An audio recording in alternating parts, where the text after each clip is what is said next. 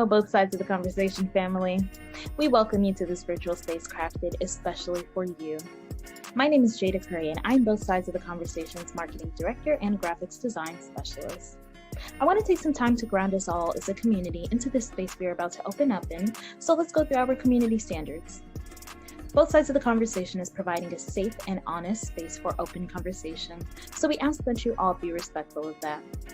We also ask that you be respectful of each panelist, host, and participant. We do encourage healthy debates and conversations. Don't personalize anything with anyone. This includes name-calling, bullying, trolling, or shaming. This will not be allowed or tolerated. Your perspective is yours. It is not a prescription. You do not have to agree, but show respect. These community standards apply to all of our live shows and any virtual spaces that we hold on social media, including YouTube, Facebook, Twitter, or Instagram. We want to make sure that we are caring for each other as a community. This is our priority in all of our endeavors as both sides of the conversation. With that being said, I hope you enjoyed today's show and continue to stay in touch with us via YouTube, Facebook, Twitter, Instagram, or all of them. All right, thank you for listening and see you soon.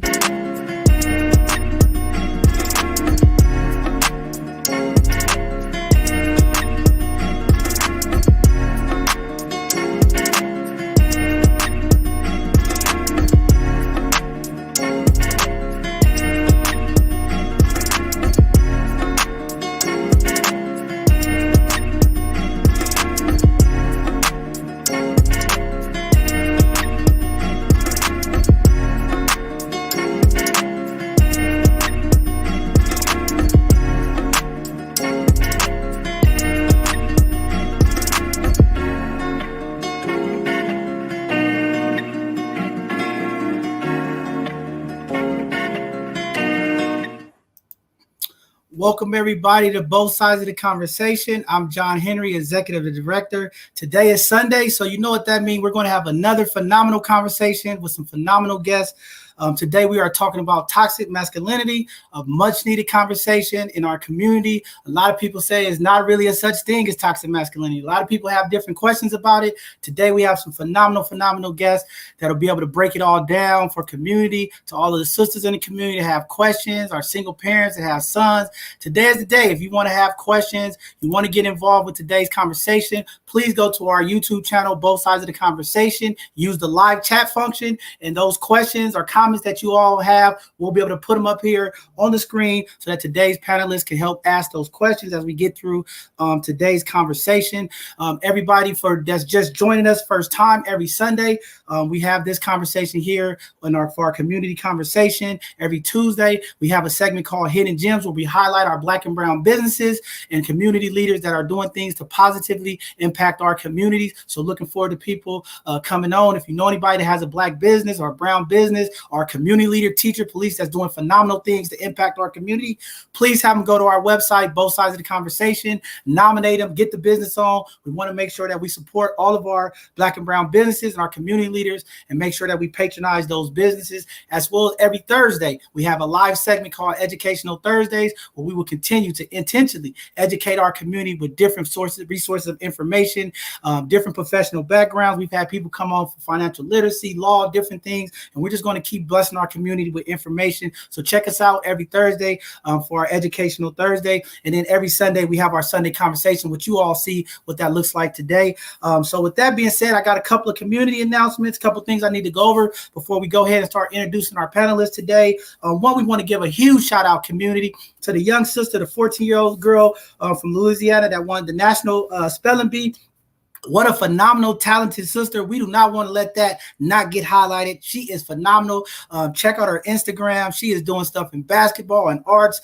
Just a phenomenal kid. So when people tell me and I hear that our Black kids are not excelling, they are not doing things, she is a prime example of what Black excellent looks like. And just happy to see that our young kids in the community, even during this pandemic, are still doing phenomenal things to impact our culture and community on a positive level. So shout out to her for all all the things that she's doing. And I just read today, LSU is willing to go ahead and give her a full ride at LSU. So phenomenal job, LSU, for stepping up, acknowledging our young people that are doing great things to impact the community. And we want to continue to highlight Black excellence when we're talking about education with our young people in the community.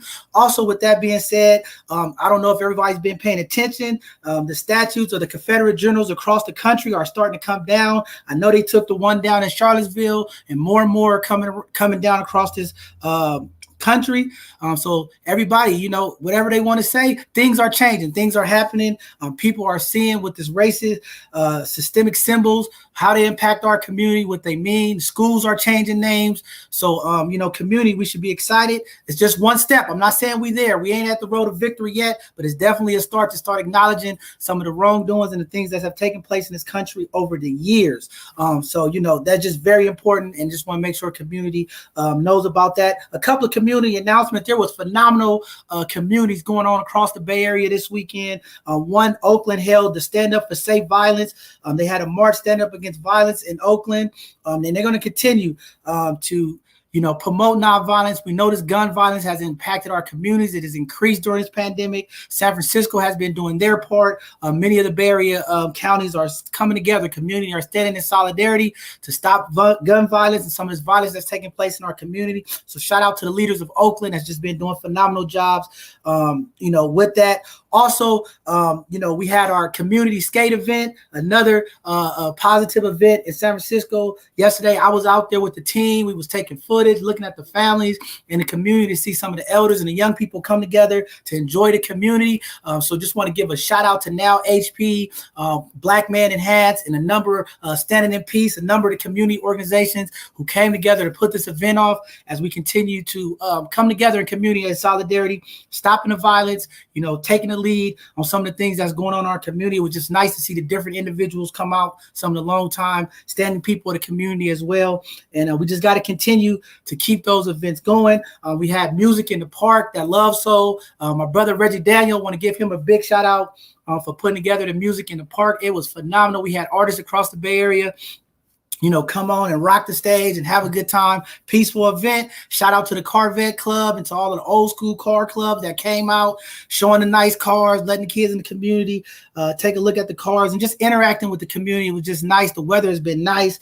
And speaking about the weather, hey, everybody, it's been beautiful, beautiful weather here in the Bay Area. But with that being said, everybody be safe. You guys know here in California, Death Valley had a historic record yesterday, 130 degrees. I don't know how people are still living down there, but it was cooking across the East Bay here in the Bay Area. It was 110, 115.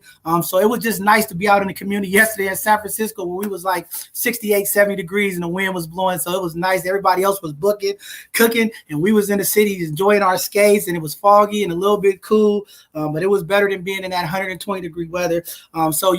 This week is going to continue to be excessive heat. The heat warnings are out. Please, community, be careful. Check on the elders of the community. Make sure that they are hydrating, getting water, making sure we know these power outages. And please be careful. Everybody in California, y'all know we're in a drought. Water shortages, low right now. We want to be careful. We don't want to get blackouts on our water. And unfortunately, when it gets this house, people are cooking and doing things. I just heard today we got a 50-acre fire burning right here outside of Tracy.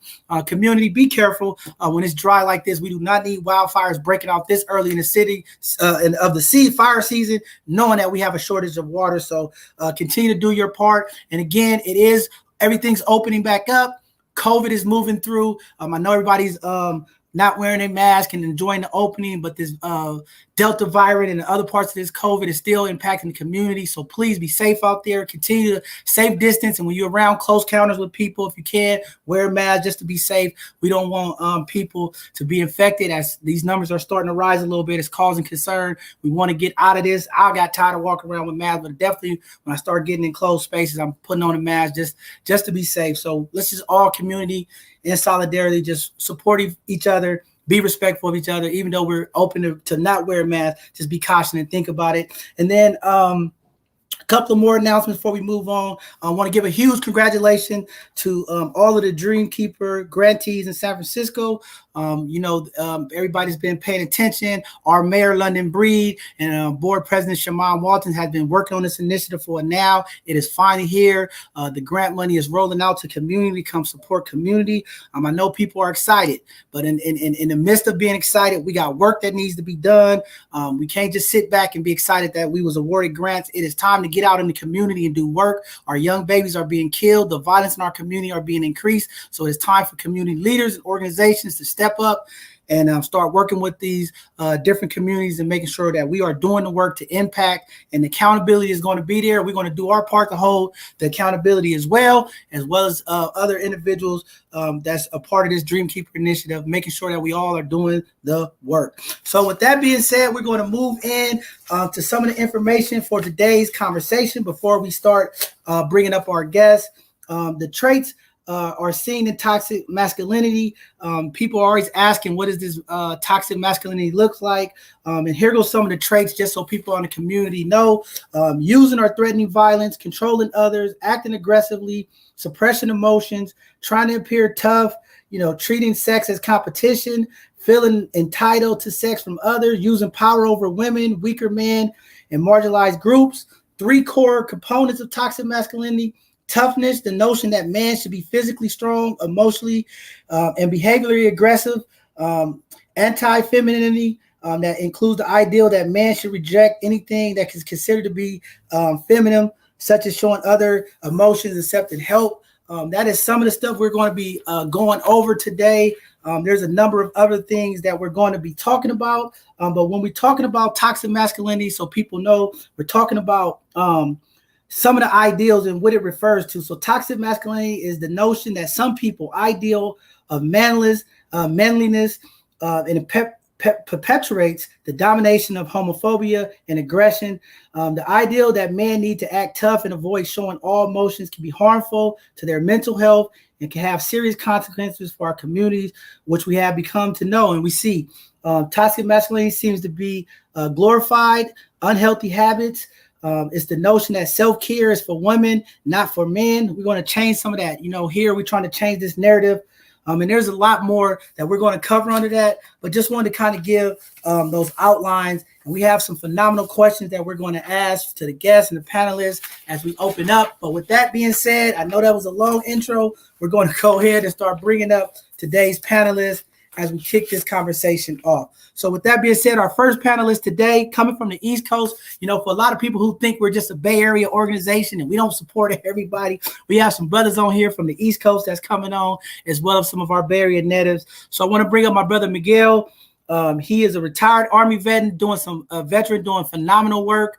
And I'm going to bring him up and have him introduce himself to community. Brother Miguel, say hello to the people and let them know what you're doing.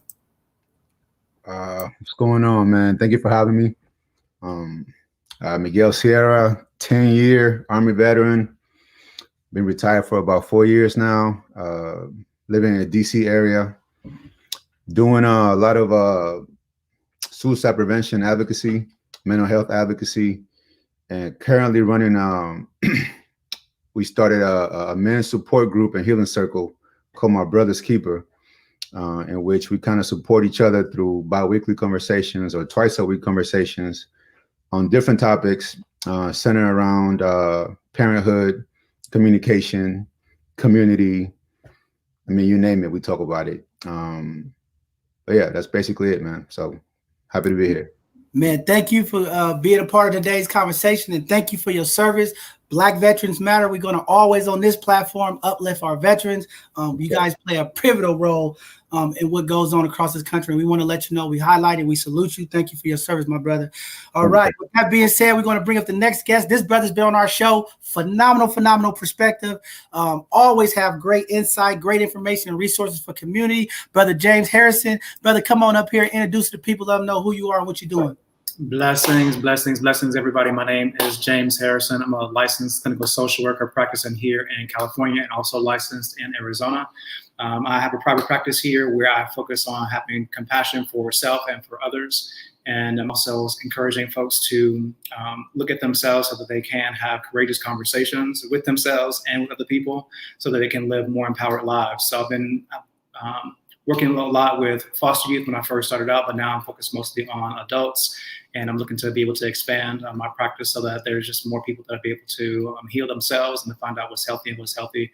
I'm very thankful to be here having this conversation with you all today and to be able to have some, again, courageous conversations and to see how we can be of service and to continue to support healing in our community. Man, thank you very much, James. You're a powerful brother. I love the work you're doing. I got your cards. I've been using them with my kids and juvenile, those emotional cards, having those conversations. So thank you for what you're doing to bless our community. We're going to go ahead and bring up our next panelist. This brother's been here before. Phenomenal brother. Great insight, historic, just in the city, always doing things to help. Just glad to have this brother here. Brother Corey Clark, come on up and let everybody know who you are and what you're doing, brother. Got to unmute yourself, brother. You having a John Henry moment. Right. I got to get used to this. Hey, everybody. How are you? Greetings. Glad to be on your show. My name is Corey Clark. I am a clinical social worker working in San Francisco Unified School District. In my role, I hold a space for difficult conversations around race, class, culture, sexuality, dissidence within those things. I also hold space to have conversations around anti-racism and anti-racist culture. I am in the process of building a private practice, and I'm looking forward to being in the show. Man, thank you, brother Corey, and can't wait to hear you. You always bring phenomenal gems and information to the community, so looking forward to hearing you today as well. Brother Jay, we're going to bring up Brother Jay, another phenomenal brother, community leader, organizer, doing stuff. Brother Jay, come on up here and let people know who you are and what you're doing, good brother. Hey, how's everybody doing? I'm Jay Julian. One of the members of the MBK tribe, which is a healing and support group for men. I am a community organizer. Have about 15 plus years in working with at-risk youth, returning citizens, and the homeless population in DC metropolitan area.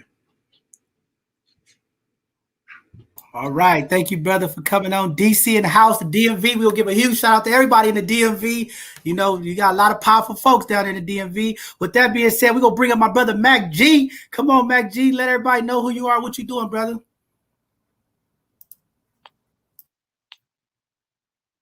You got to unmute yourself, Mac. You there? I think he froze.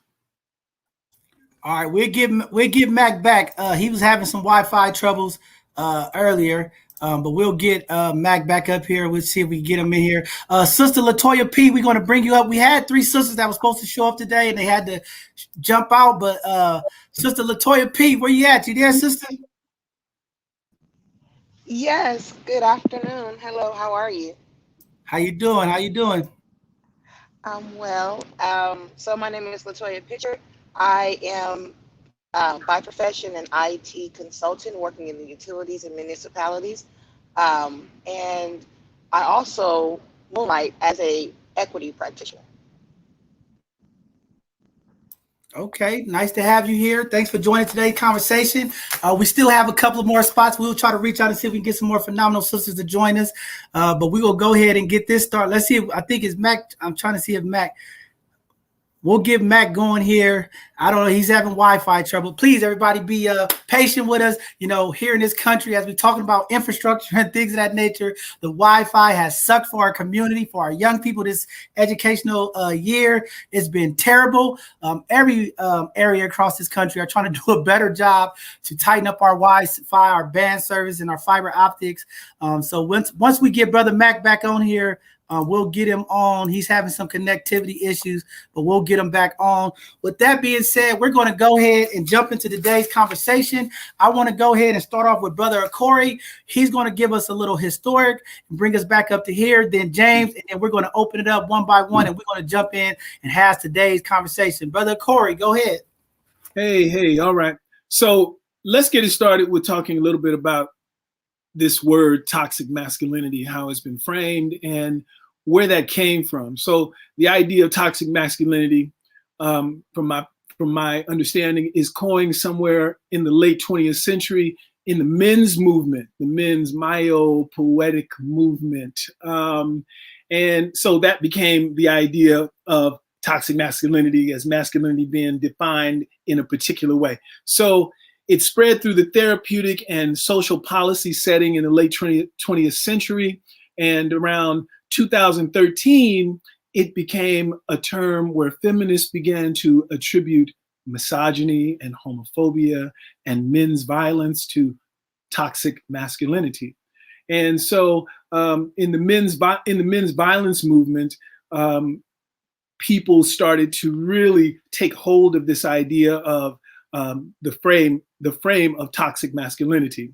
So around the same time, feminism enjoyed a renewed polarization and popularized conversation. So toxic masculinity has its origins around the late 80s, in the 90s, and had a resurgence around 2013 as different political groups began to take opportunity to define the behaviors that they saw within masculine culture.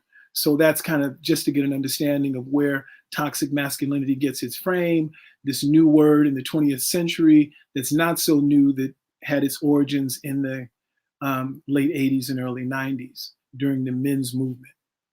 So that's kind of an understanding of where the frame toxic masculinity comes from. It also has a little bit more, so we'll move into what is toxic and what is masculinity. So a lot of people have different perceptions of what toxic is, and toxic pretty much just means something that's very harmful, something that's unpleasant, something that's pervasive or insidious in a particular way. And mostly we look at those things in a relationship. You can find a toxic person, a person that is really unpleasant to be around. It's just another word to strike your emotion and to have you place emphasis on the feeling that is associated from the discomfort that you might be having being around that person.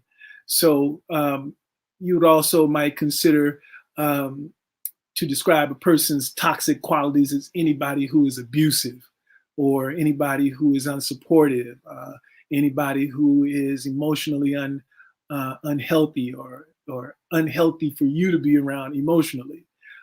Someone who brings you down, you would just kind of begin to place that label on them and identify them as a toxic person, so it gets a coin. And now, instead of being able to describe what you're feeling, you're finding these little nuances, these little nuanced words that we use to identify people that now take the place of being able to fully articulate what you're feeling. So it has a lot of emphasis from there. So then, you would move into, well, how do you put that hyphenated word together and talk about masculinity? Well, masculinity is a really interesting thing. I would say that we try as a culture, or we do as a culture, we take men or people and we group them together and we assume that they are all homogeneous, meaning that they all come from the same root, from the same culture, from the same mindset. And unfortunately, we don't.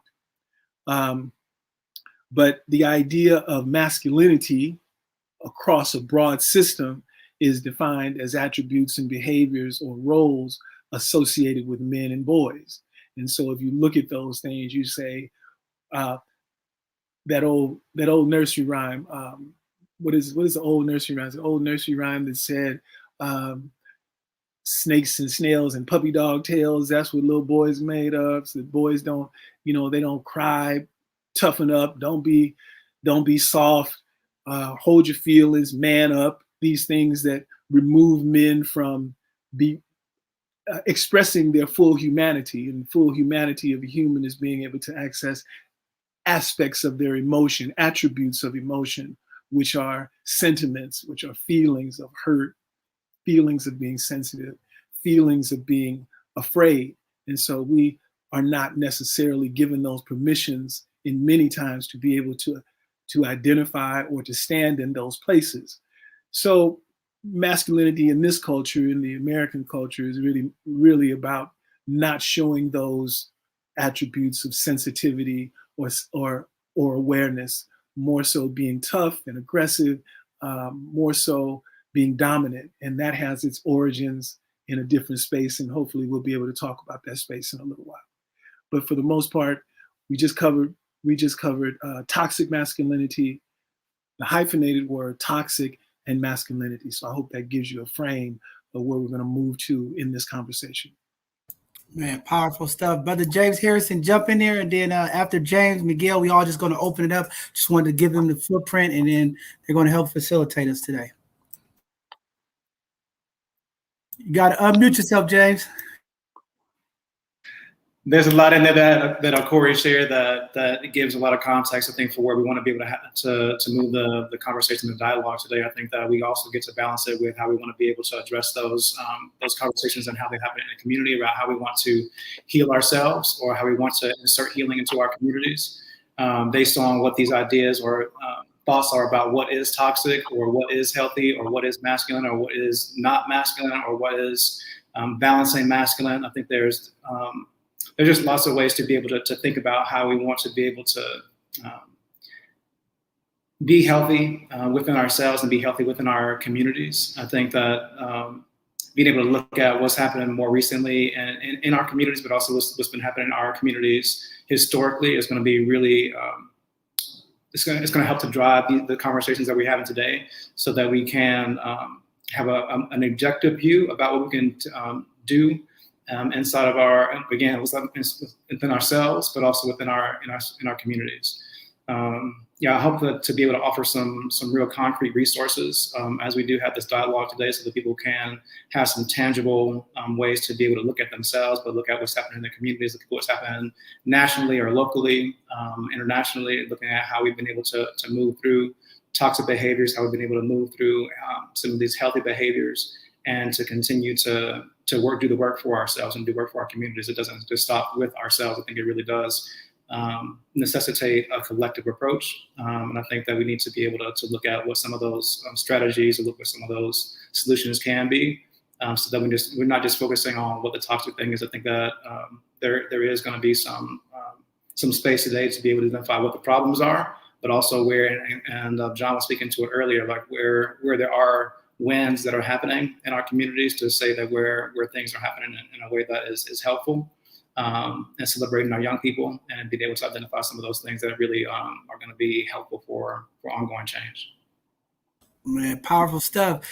So I'm just gonna go ahead and throw up the first question. Miguel, you could jump in there. Jay, we just go keep moving around. But I think this is an important question that we got from community. What is the impact of toxic masculinity when it comes to, our broken homes in our community, relationships in the Black community? You could go ahead and jump in there, Miguel, and we could just start having dialogue on that. And if it goes somewhere else, we can as well. Ah, man, yeah, that's the first question. All right. I mean, the way I look at it, man, and mind you, I feel like this conversation has so many parts to it. We can even go back down to slavery and the emasculation of the Black men, the enslaved Black men during slavery, and I mean, we can go all the way back there. But when it comes to the home, the impact it has, it creates a break in communication. It creates a break in the relationship between the father figure and the divine feminine in the home and the children. A lot of times when it comes to toxic masculinity, all I can think of is how we focus on secondary emotions, right? Instead of dealing with pain, instead of dealing with hurt, instead of dealing with even happiness, we are subjected to focus on anger or playing it cool and being calm. Don't be too excited and all this stuff that when you think about the toxicity of it, man, that suppression eventually shows up somewhere else, right? So if I'm hurt by something my spouse did, it will be healthy for me to express that, whether it's through tears, through conversation, or whatever it is. But the norm is don't show that. That's a sign of weakness. It's a sign of weakness in a man. So let me just be angry and yell and scream and break something. I won't even necessarily go to the whole, physical domestic violence of it, aspect of it, but that emotional and psychological violence is also real, and it comes from a very toxic place. That I feel that if we as men don't do the work to deconstruct that, I mean, it has created harm throughout history, if you think about it. But we have a chance now, because of the power of technology, to have spaces like this where we can broadcast a conversation as common men. We everyday dudes out here talking, and a young lady. We have a power to affect change in real time. You know what I mean? So it's definitely a thing. I think, toxicity and masculine behavior. I mean, it's pretty much the first thing that when you say the word masculinity, the first thing that comes to mind is toxic, and it shouldn't be that way. I don't know. Anybody else want to jump in? I can talk about this for hours. Okay, we're gonna go ahead and we gonna move it around. This is a conversation. But definitely Brother Jay and Latoya, you want to jump in? We just go keep moving it around.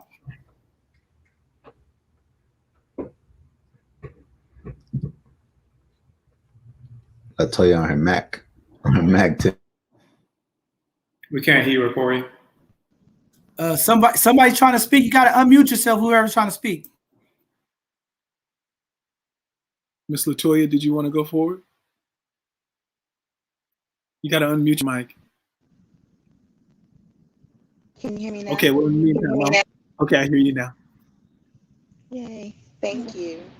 Well, one, thank you for allowing me in this space and for sharing space for my voice. And I want to also echo what Mr. Clark and Mr. Miguel said.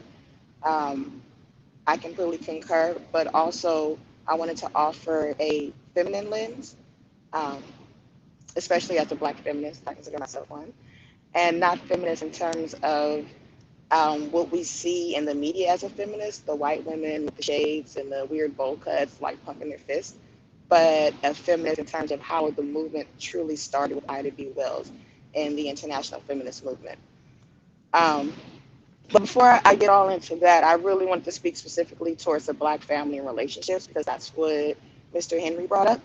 And the toxicity, well, before I can get to the family and relationships, I have to, and forgive me, ladies, I have to address toxic femininity.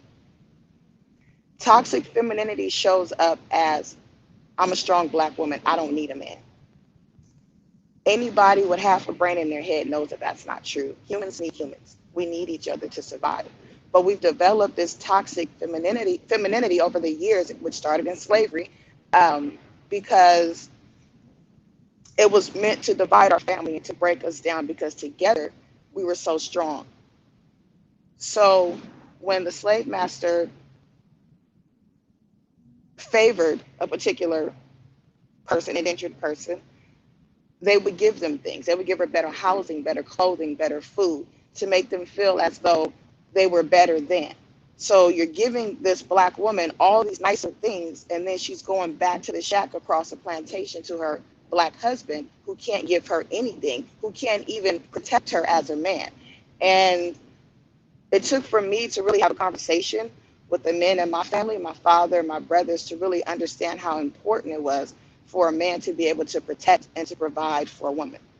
And because I had been raised with so much toxic femininity, I was one of those who was saying, I don't need a man. I got my own money. I got my own house. I got my own vehicle. I don't need anything.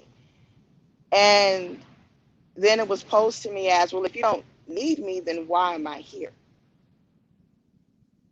And that's what deflated my ego and made me step back and realize, wait a minute, what am I even saying? I'm just repeating what I heard.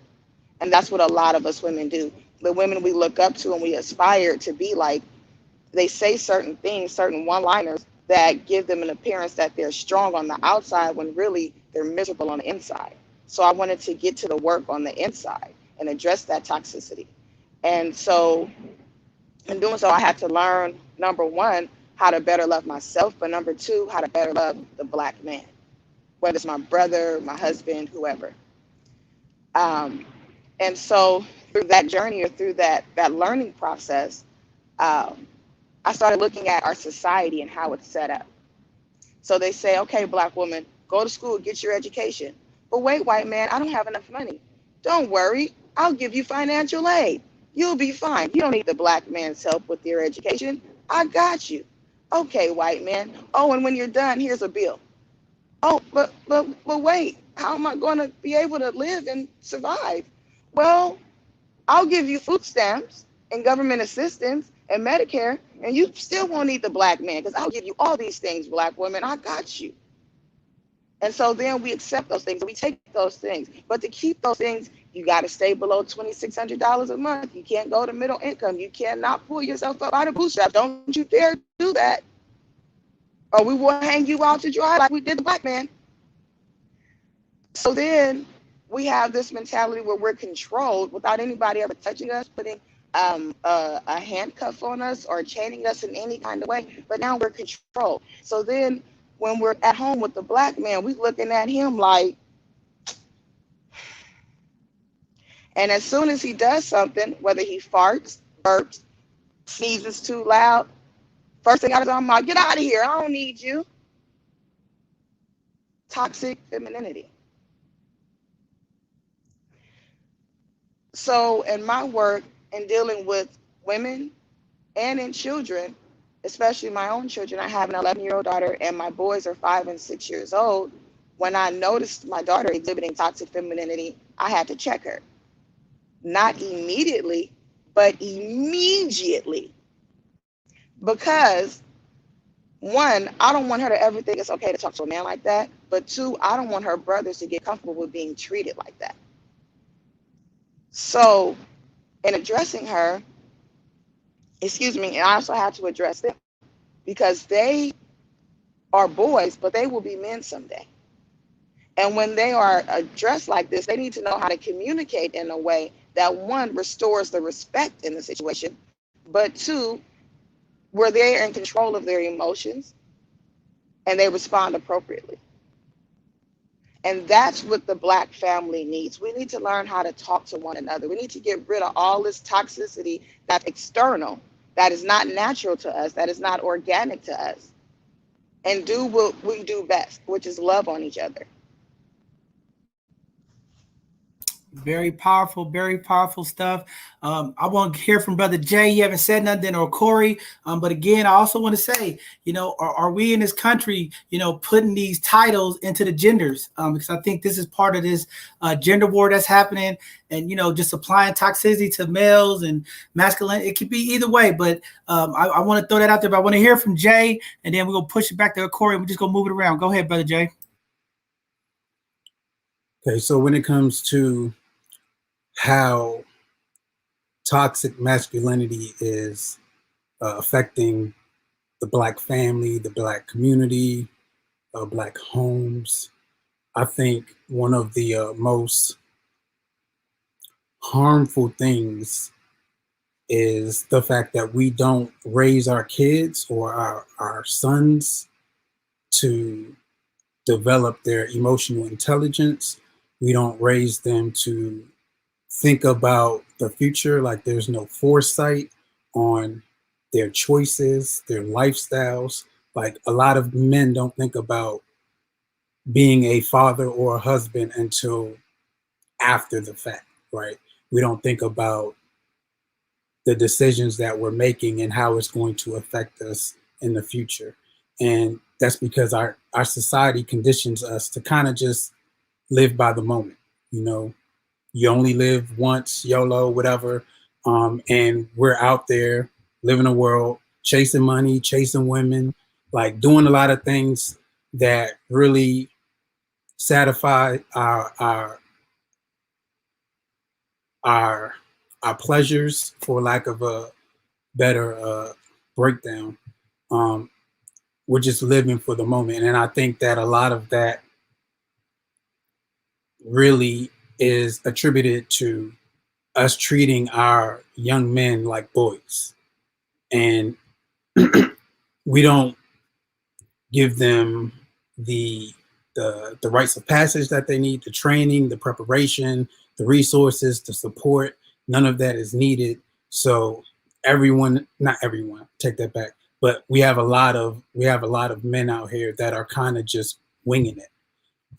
So when they do enter into a family, they're married or they have their kids, they don't have the tools or the equipment needed in order to be a father, in order to love, in order to nurture, in order to communicate.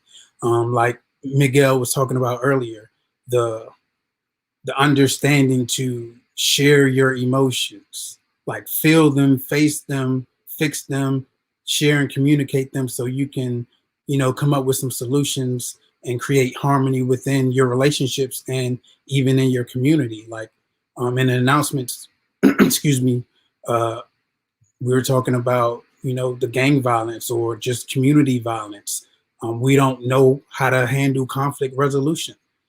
It's just violence. It's everything has to be an argument or a fight, So I think that our inability to really prepare our kids for society, for them to be a functioning, positive, contributing factor to society, plays a lot in toxic masculinity. And I think that we just really have to be intentional about preparing our young men as early as possible.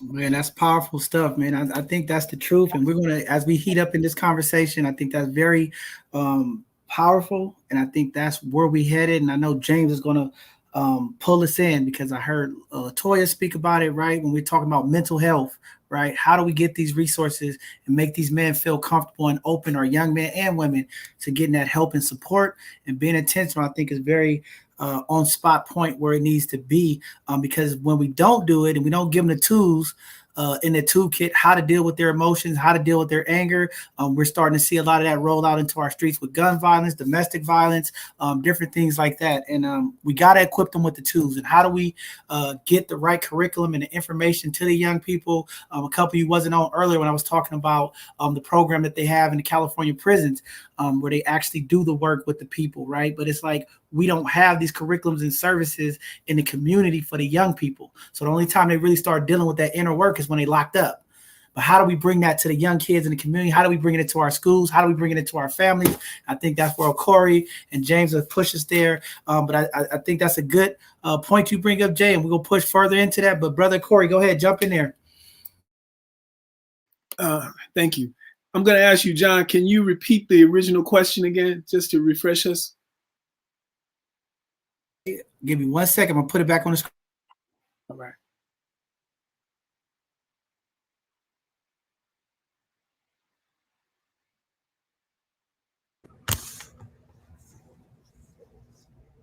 There you go, right there.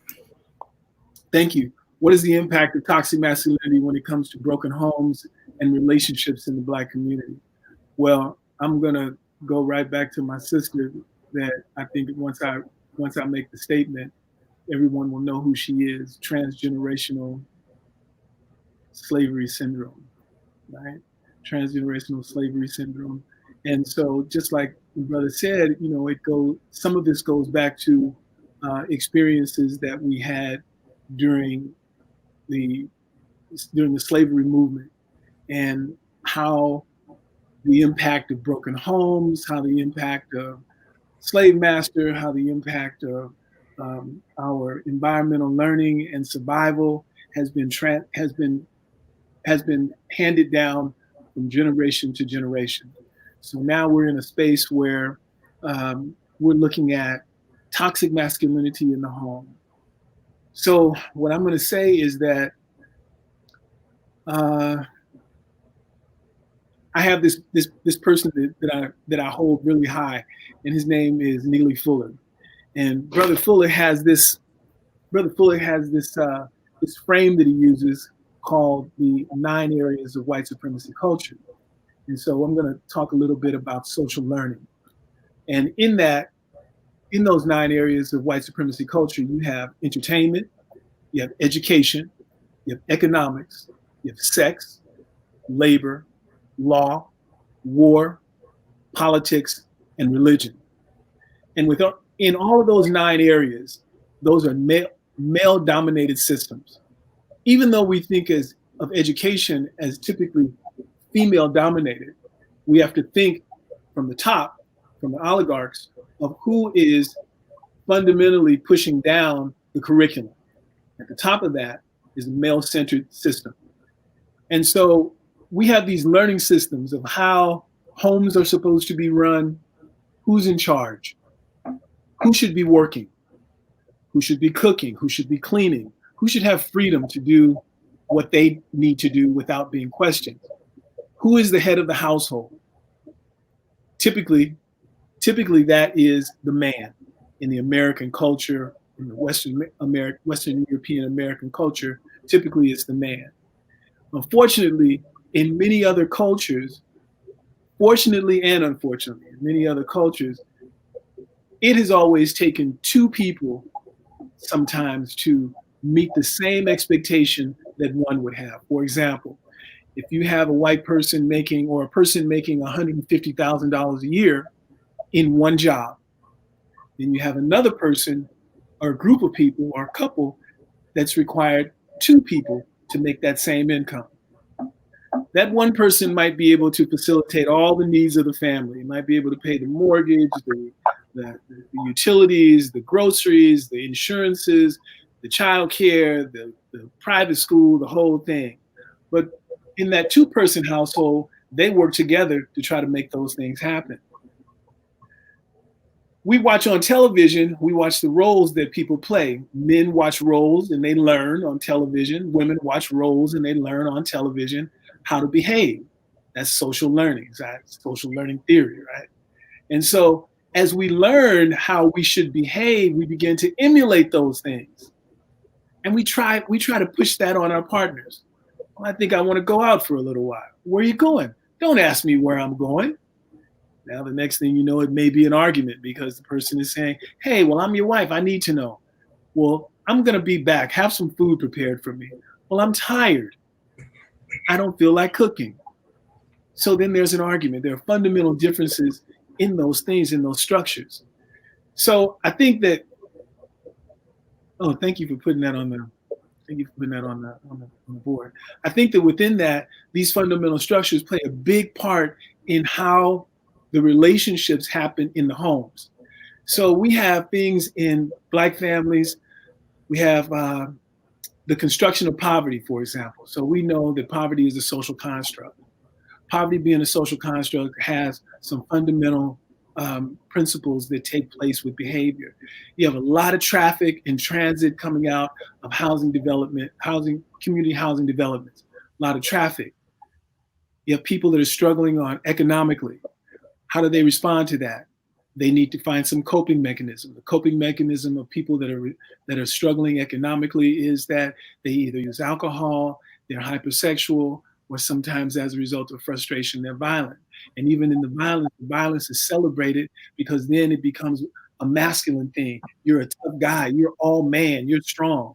Where did we learn that from? We learned that from Europeans. The Europeans came up to say that dominance was the way that we would show our masculinity and who's in charge and who's powerful. So masculinity has been in terms seen as power, when it's not always power, but in ways that we can communicate. How can we move things forward? If you can't communicate, what do? You use dominance. If you don't know how to access your emotions, what do? You use dominance. So the idea of how does it fundamentally affect us in the home? Well, like my brother said, we're not accustomed to being able to clearly talk about our emotions, right? Emotions are a very scary thing. People don't know how to address emotions. They don't know how to address their triggers. They don't know how to identify their feelings. They don't know how to understand emotions and where they come from. They don't know how to take a look at themselves and the feelings that they're having and realize that those feelings are specific to them. And that's from their perception, attached to their values. And then once those values are being confronted, all of a sudden now we're in fear. We're in the fear mode and we don't want to be vulnerable. So because vulnerability is a big deal, we must show that power to protect ourselves and move forward with that. Go ahead, brother. Man, that's phenomenal stuff. That was very powerful. I'm glad we got that into the chats. I see my brother Carl jumped on. He's another powerful brother. Carl, won't you go ahead and introduce yourself? Look like he froze up. Everybody's they trying to go mobile on this, but it freezes up on the cell phone. We'll try to get them back on there. But no, that was very powerful information. Hold on, I think that's Carl there. Go ahead, brother Carl. I know you're on the mobile. I know you're moving to work. I want you to go ahead and introduce yourself to the community. Let everybody know who you are. I know you're a phenomenal brother. And then answer the question, what is the impact of toxic masculinity when it comes to the brokenness of in our homes and relationships in the Black community? Thanks a lot for the invitation, John. I'm fairly new to social media, at least the forums and the platforms where we get to disseminate ideas like this on a regular basis. I've had a Facebook account for 10 years and a Twitter account for about 12 years, like everyone else. But I just recently joined Clubhouse, and this is my first invitation to a podcast to discuss social topics like this. So I was really excited. I was really upset that I had to work the same day, but duty calls. And sorry I'm getting here so late. This is also my first time using StreamYard. So I wasn't even really familiar with how to, adjust my settings to be able to do that. And my connection is not the best. So forgive me if I'm in the matrix at some point, or if it's hard to hear me throughout the broadcast. I'm also sorry for being late and missing whatever was said that might make me repeat something that was already said or expounded on. But this term toxic masculinity, I'm not a conspiracy theorist, so I don't like to accuse anyone who uses a term of having some motive. But we certainly know that it is a term that's generally used by the political left, right? And so that when it comes to politics, there's always an agenda, right? But again, to try not to be a conspiracy theorist, I don't want to project what the agenda might be. I like to look at the effect of the use of that term, or like what's being positively or negatively reinforced when we say things like toxic masculinity. And unfortunately, I think use of that term is something that undermines masculinity in general, right? Because when you think about the term toxic, anything can be toxic if it's at the wrong time or if there's too much of it, right? Masculinity that is toxic fundamentally. I don't think there's anything fundamentally toxic about masculinity. In fact, I think most people would argue that masculinity is necessary for strong communities, the same way we know that femininity is, right? So when we constantly call masculinity toxic, what we're really doing is undermining masculinity. And I think that the problems that we see in the Black community are primarily a result of undermining masculinity itself, as opposed to it ever being toxic, right? When you look at the fact that so many Black fathers are not in the home, there are statistics, I'm not sure where they get the data, but that only 1 in 4 Black women can ever expect to ever be married.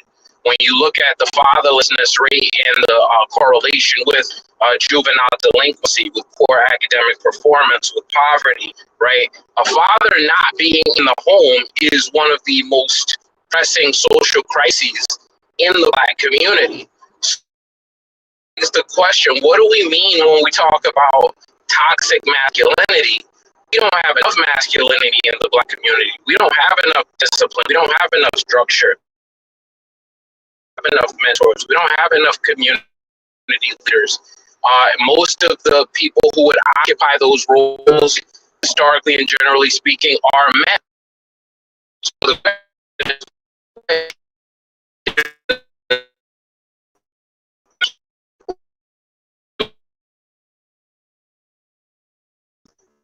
some that good Black people.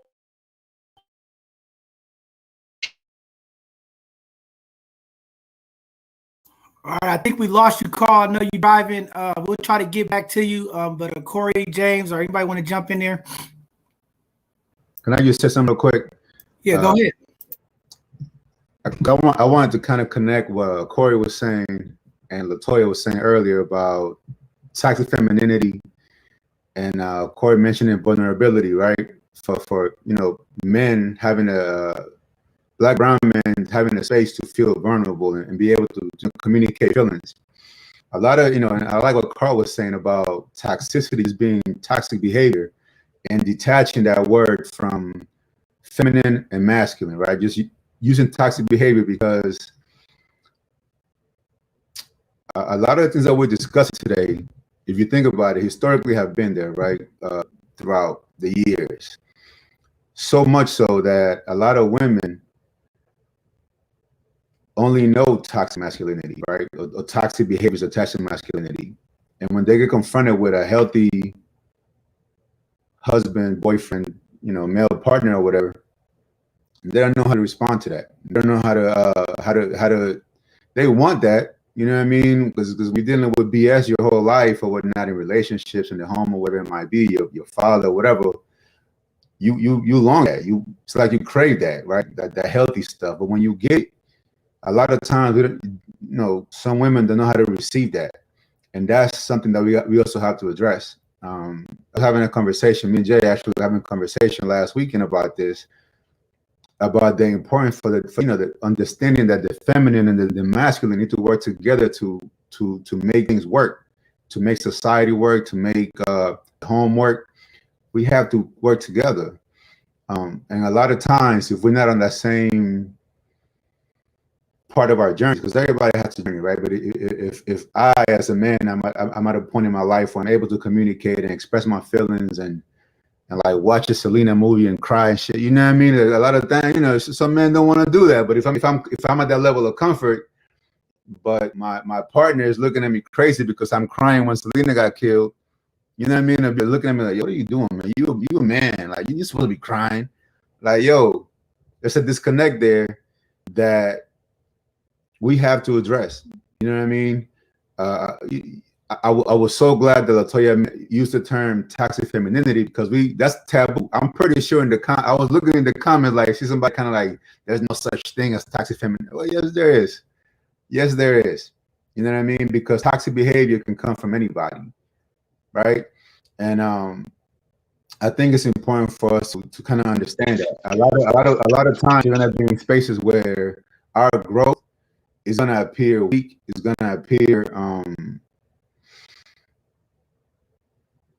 weak, I guess is the word I'm looking for, to someone that's not on that part of the journey, as far as the elevation of the inner self and finding divinity. You know what I mean? So I think it's important to address that as we kind of deconstruct the toxicity in masculinity.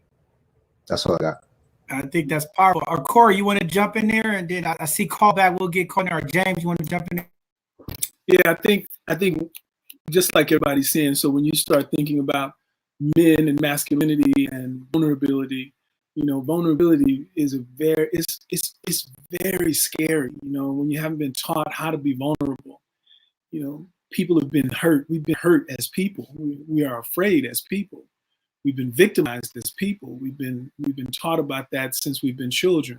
We are afraid of looking. We're afraid of poverty. We're afraid of looking poor. We're afraid that we're going to be injured. We're afraid of. We fear the police. We have questionable feelings about people that don't look like us and our safety. So we walk around constantly in a state of fear. And so when you walk around in a state of fear, what do you need? You need to be powerful. You even tell our young children, walk around looking like you goofy, you better put a mug on so nobody bothers you, right? So we even walk around in a state of schizophrenia because we're two different people at any different time, maybe three, in order to survive. So, when we were talking about emotions, be able to understand our emotions, yet alone being able to understand the variations in the personalities that we display, that's a heavy subject, right? So how do we begin to notice that? How do we begin to take a moment to notice ourselves, to become familiar with ourselves, right? How many people can say that they are fully familiar with themselves, that they even know what it feels like to be inside their body? You know, even that statement is just fundamentally like, wow, what you mean be inside my body? You know, that we're constantly walking through this experience disconnected from ourselves, seeking things to feel good because we really feel bad inside. So we're always looking for something to make us feel good, whether we're smoking, whether we're drinking, whether we're sexing, whether we're fighting, no matter what it is, we're looking for things to make us feel good, right?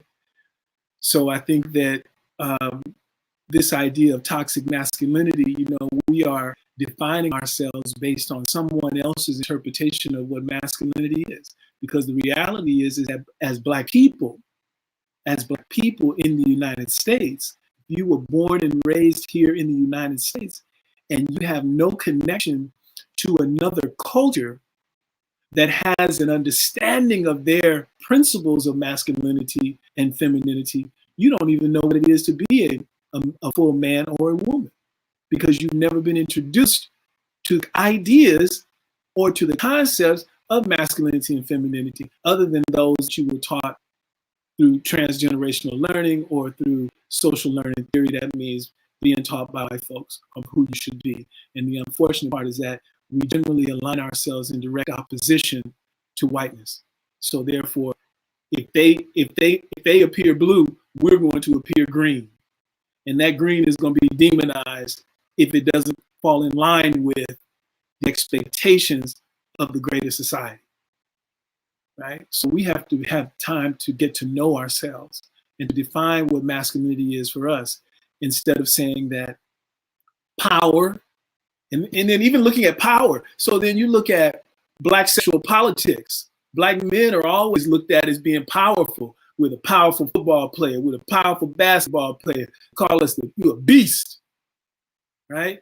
You're an animal, right? So men are looked at as being that way and celebrated for being associated with animalistic behavior, even sexually. You want to tear that thing up, right? The rougher and tougher you are. In our music, we have the same thing. You go back to the 90s. Oh, I gotta get a roughneck, gotta get a roughneck. What are they doing now? The tougher they are, they got 2 guns, right? So the tougher you are, now it's identified as toxic masculinity. When it's celebrated in one aspect of entertainment, it's celebrated in one aspect of politics, it's celebrated in one aspect of war. Now I'm mentioning those 9 areas of white supremacy culture. It's celebrated in the areas of sex. The stronger you are, it's celebrated in the areas of politics. But then for the general population, you're punished if you demonstrate those behaviors. So you're confronted with dissidence immediately. And so who the hell am I? What do I do? So when I'm in my relationship and I try to put my foot down because I believe that my woman wants a real man, and a real man is powerful and knows what he wants, now suddenly she's afraid. But she's not really afraid because, see, Black women have always been treated as a man. Now, when you go back to slavery and you go back to the time when they had the taxation of slaves, because see, slaves were property. And so each person was yielded a certain amount of money based on those taxes. And women were treated just as men. The expectation was that you did the same amount of labor, you fulfilled the same expectations. And when I came to talk to the house, I wanted to talk to you. You were taking care of the children, you were taking care of master, you were taking care of everything without a man being present. And if we move down the line, historically, there's no man present in many of the houses. So therefore, she takes on the role of the masculine role. So now we have a man who hasn't fully been able to stand strong in his masculinity vulnerability. And now we have a woman who's been empowered because she has to be to take on those roles. Those two people come together, 2 men coming together, masculine energies coming together. That's the conflict waiting to happen. So it's not just that men need to find out and understand what toxic masculinity is. I think that we as people, we need to find out and take time to investigate what this idea of toxic masculinity and toxic femininity is, what it looks like, right? So that we can kind of bridge those gaps and understand ourselves as human beings, right? Because society is labeling us, and that means that if they're labeling us, they're teaching us. If they're teaching us, that means it's a form of hegemony, and that means it's coming from the top. And the people that we think we are, the people that we think we are becoming because we are choosing, we're not really choosing. Those things are being given to us, and we're just accepting them, and we're role playing what we've been told we should be. Right? We're role playing what we're told we should be. So it's kind of time to wake up, you know. And yes, through the practice of mindfulness, through the practice of sitting down with a qualified clinician who can help you process your experiences, and in your relationship or individually or with your parents, you can find that. You can find those areas of strength and support and be reintroduced to yourself. Because that's all it is. You never had time to know yourself. You never had time to see, to realize who the hell you are or what you are. Man, very powerful stuff. That's a great segue into Brother James Harrison, because he is a clinician. And you know, one of the questions: how do we give mental health professionals, to digress, you know, these toxic behaviors? How do we get our Black community to get into mental health? And you know, I think you had a great comment the other day, or when you, Corey or James, about healing. You know, what that really healing looks like. And I think that's something we could touch on, and then we'll pass it back to Carl. But I want to, and then I got Jay over too. I see you, Jay. But go ahead, James, jump in there. I love it. I get chills thinking about the conversation, what's been presented, how we're being able to look at what the behaviors are, what some of the real statements are that are being said in the community, and just again the history that's there for us to be able to dissect, but also to be able to move through, so that we can talk about some of the healing that needs to happen. I think that there's a lot to cover when it comes to what we can do for as mental health professionals, but also what people can do for themselves. I think that my role as a clinician is being able to offer some options for folks. I think that whatever we're doing is kind of an experiment, because I don't know anybody in this room or anybody that's in the comments what their personal story is. But it's really about being able to have a conversation, to be able to have a dialogue, so that we know, and of course we have a collective experience that we have as African folks, as people of color. I think that it's really important for us to really be in tune with, you know, Corey mentioned it, and I think the other folks have mentioned it as well, to be in tune with what's happening within our bodies. I think first with what's happening with your own self, if that means slowing down, if that means just take inventory. What it is that's happening with self, and how I am responding to, or what I am consuming first. What am I taking in through my eyes? What I'm taking in from my ears? What I'm taking in through my digestive system? Like, what am I vibrating with that literally is allowing for me to thrive, or if it is it not allowing for me to seek or to have the kind of balance that I want to have in my life? So that can be done, and I speak to folks a lot about the biological, psychological, social and spiritual parts of ourselves. Biologically, like, what are we literally putting into our bodies that's creating ease or dis-ease for ourselves? And then psychologically, what are we listening to? What are we telling ourselves that allows for us to experience ease or dis-ease? And the same thing socially, the same thing spiritually. There's a way for us to maintain an awareness of all of these things. Again, look at the history of what we are being presented with, and being able to look at how we're responding to the kind of healthy questions, or the questions that we're not even asking about what's being presented to us. I think it's interesting how a lot of the cultures, a lot of the circumstances that we experience, and how that shows up in music. And Corey mentioned a few lyrics, and he's mentioned a few different ways that even, I would just say, poetry in general starts to share what our stories are, but what it is that I'm thinking about an artist right now talking about how we turned soul food and from things that were basically scraps, right? And I don't know why his name is not coming to me right now, but being able to take something that is unhealthy and trying to turn it into something that feels good to us. And even though the soul food, so to speak, is still not the thing that's the healthiest thing for us. We get to question what it is that's there for us. We can turn it into something that will be something that allows for us to thrive. Because we know that our bodies can adapt and adjust to the things that we put into it, but is it functioning at its optimal level? And the same thing for the things that we put into our minds, the language that we use,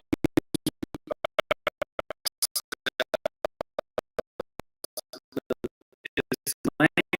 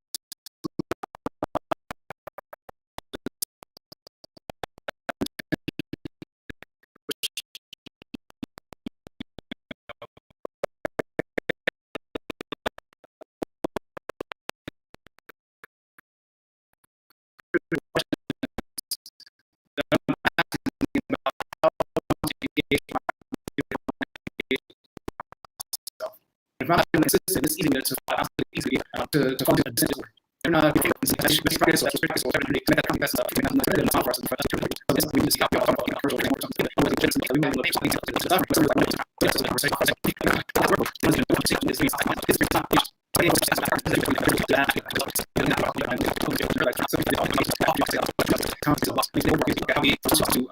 dissatisfaction of how we respond to something that's displeasing to us, because we might not be responding in a way that's healthy. And that's sustainable. And so I think it's okay. I'm not knocking folks who have lifestyles that include alcohol or other substances that are addictive. I think that it's really important for us to look at the frequency of that and how it's impacting our lives for long term. Because we can do something for a little while and it's okay, but if that becomes my norm, like what is it doing for all of my systems, and specifically in my body, but what is it doing for the way that I'm thinking about myself, or thinking about my partner, or thinking about whomever it is that's in my life or my community, but also spiritually? Like, how am I being able to rise up and to continue to move to these levels of health for myself and for others? Man, powerful stuff. Carl, you want to jump in there? I know we lost you earlier, and then Jay, Latoya, and Miguel, we just move it around like that. Go ahead, Carl.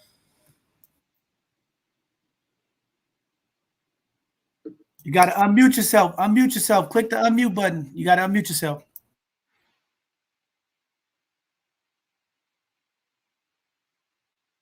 You still muted, Carl. Hit the mute button.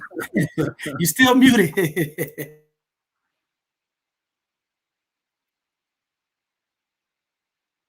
You still muted. You still muted. You got to hit the mic and unmute yourself.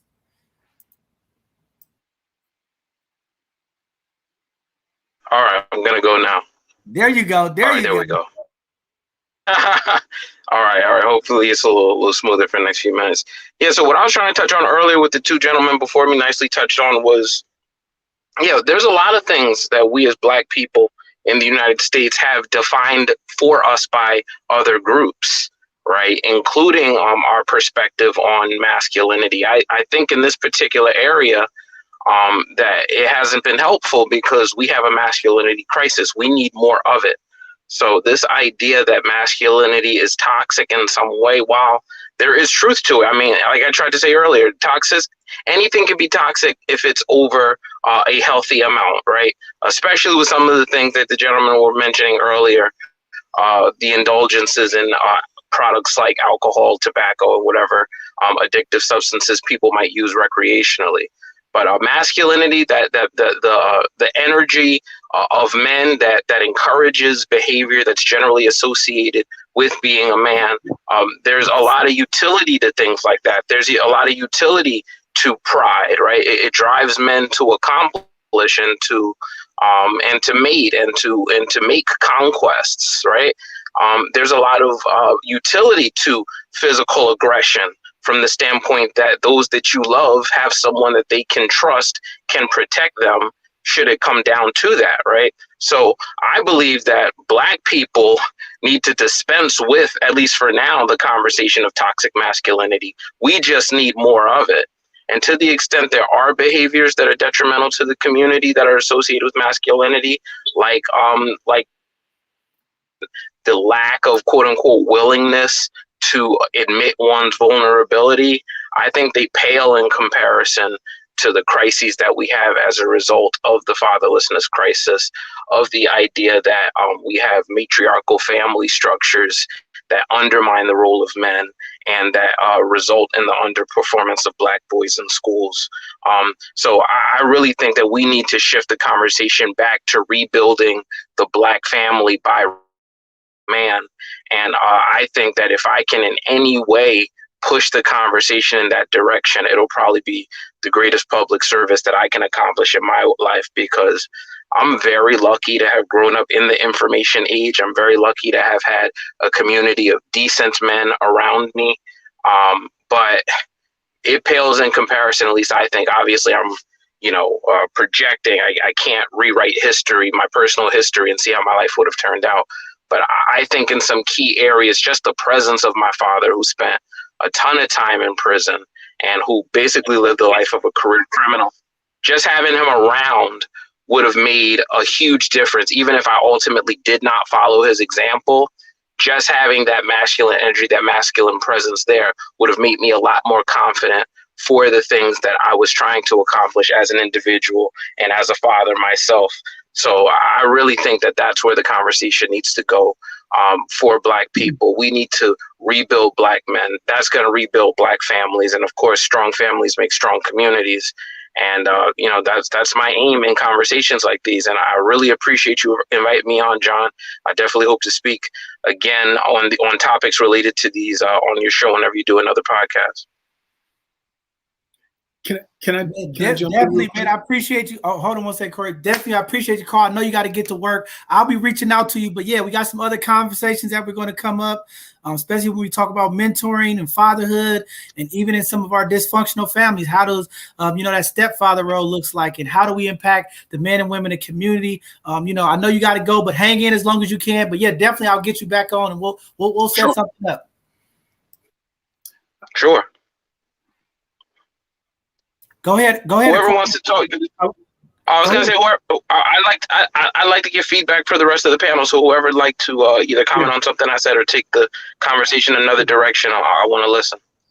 I like what you said, brother. I like what you said, but I would just say that this conversation around toxic masculinity is a great platform to be able to pull men in, to open that door, to talk about vulnerability, fear, and shame.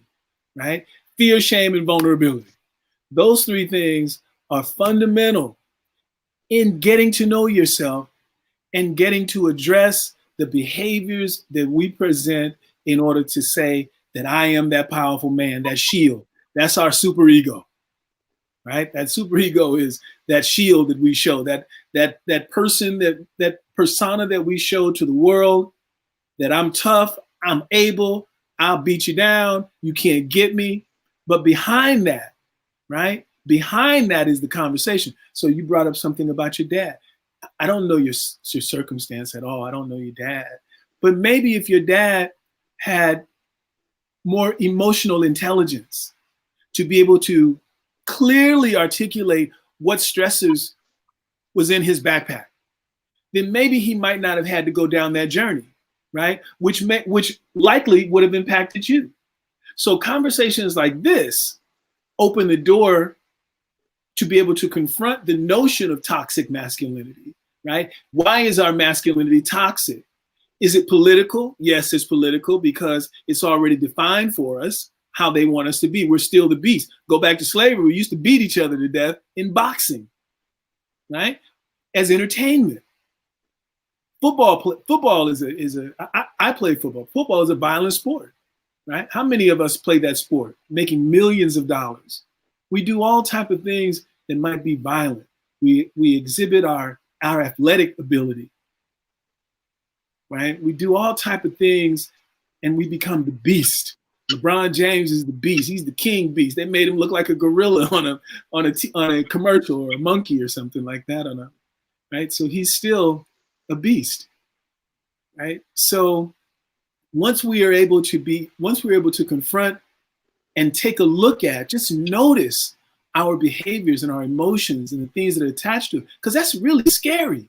You ask an average man, ask an average person to have a conversation about the things that are in their backpack, their emotions, their fears, and their vulnerabilities and their shames. They're gonna say, "You out your mind. I'm not doing that." So we would rather show a powerful persona than to even take a risk to be vulnerable, because that's not something that we are accustomed to doing as a people. More of us are doing it, but we're still not accustomed to doing it. And unfortunately, we don't have a lot of us that are doing it. We're going to other people that don't look like us, that don't have a full understanding of our social experience, of our political experience. And they're trying to help us move through these conversations. And that can be difficult, right? Man, powerful. I want to move it along to Jay. Jay, you want to jump in there? And then Latoya, then McGill. McGill, I want you to be ready because we got a sister in the comments. She's talking about the military stuff. I'm putting it up there, but I know you're a veteran, and I want you to answer some of these questions because she's putting them out there. Is military the best, answer to some of this masculinity issues in our community? Is that the best way? I know you've been there, you've retired, so I want to kind of push that to you when you speak, but we'll let Jay go ahead and jump in there, then Latoya, and then we'll come up to you, Miguel. Thanks. There was a lot said that was very, very important and critical from everybody, honestly. I think for me, with toxic masculinity, I think it's important, from my opinion, to understand that masculine energy is not limited to men. And when we defined in the beginning all of the toxic masculine traits, those are also things that women could practice or, implement in their lives. So I don't want to attach it to men, but to the conversation, what's toxic, like Brother Okori said, is the fear that we carry. It's a lot of fear that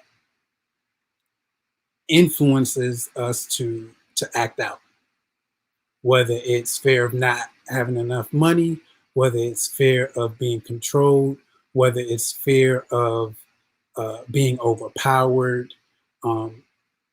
We are kind of, especially in our community, the Black community, like we have this dark cloud above our head that gives us this scarcity mentality. So when we talk about like going in and really truly understanding who you are, knowledge of self, like these things are very important. Being able to meditate and understand that like true kingship comes from within first. The toxic masculinity, it kicks in when you start trying to acquire things outside of yourself, when you are being measured by things that are outside of yourself, how much money you have, how much things you have acquired, where you are in the social, like that, in my opinion, that is a Western way of looking at life. So when we talk about how we can like get our community on board, we have to start having deeper conversations about our true functionality as human beings. Like, why are we created? Why are we here? What is your purpose? Like, that's first and foremost. Understanding what makes you happy or where happiness comes from to change that. It doesn't come from anything external. It comes from inside. So with living in this country and dealing with racism, white supremacy, like all of these things that are stacked up against us, I think that some people have this sense of urgency to get all of these superficial things right now. And that's stressful, especially as a man. You know what I mean? Like, Kevin Samuels is going viral. We have all of these women saying, yo, I need a man that makes 6-figure plus blah, blah, blah. And men are scattering. If I want the woman that I want, I need to be a 6-figure man, which means that I have to do some things that might not be quote unquote healthy. It might be toxic for me or for somebody else. So I think once we start having these deeper conversations and we start, teaching our men that you aren't what you do. Like, who you are is more important and more valuable than what you do and what you have. And then we can start valuing the things that actually will make us strong, healthy, integrated men that can be good husbands and fathers. Man, that was very powerful. Well put, Jay. Sister Latoya, you want to jump in there? And then Miguel, we'll let you handle this military because these questions keep coming in. So I'm going to let you jump in on that. Thank you, Brother Jay. I'm going to get to that 6-figure situation in a minute, though. I got to get to my little comments because y'all all said some things that really resonated with me, but then also I want to expound upon a few things. So in regards to do I agree or disagree that the lack of positive male role models in our community contributes to toxic masculinity? Yes, I absolutely do. But I want to kind of touch on the question a little bit before that about the impact on the, how to redirect the behaviors from a mental health standpoint. I think it requires balance and a clear understanding of expectations as a family and as a community. So from a family perspective, let me back up a bit. So in my and the last 13 years, I've done information technology consulting work. And I work with mostly Asian and white people and mostly male. And I made a comment when my daughter was maybe like 2 years old, something to the effect of, oh yeah, I only have 16 more years to go. And they looked at me like I was crazy and took me out to lunch and explained to me what was wrong with what I said. So in our community, we figure, okay, we just raise our kids to 18 and we throw them out to the wolves. But what they understood is that the human brain is not fully formed until you're about age 23 to 25. So when we're pushing our kids out at 18, they're not ready.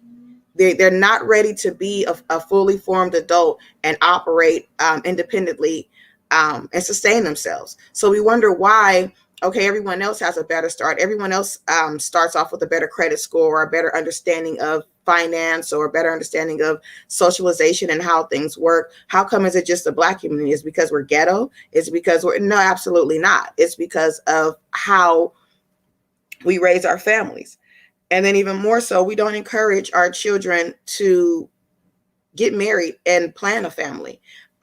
It's more of, and it may be from the trans slave situation that, okay, we're just happy to be here and wake up another day and get a chance to try and do it again. So we don't plan for living or dying really most of the time. And I'm generalizing it. I know some of us really do. So forgive me if I offend you in my generalization, but I'm just saying as a community, I watched the Latinx, I watched the Asian community, I watched them all tell their kids, go to school, get an education, get a career, get your finances in order, and then find you a wife and build you a family. They encourage their young men to do that. They encourage their young women to get an education or get a career that will support their husband to be able to build the foundation for their family. But then us over here, it's like, oh, girl, you can do it all by yourself. You good, you smart, you got this, sis. Oh, bruh, you the man, you the whoop, whoop, whoop, whoop. You got this, you don't need her. As a matter of fact, go get you a white girl and increase your credit score. So we have these behaviors and these attitudes that we perpetuate that we need to address at the marriage or family level. And then even more so planning for retirement and death.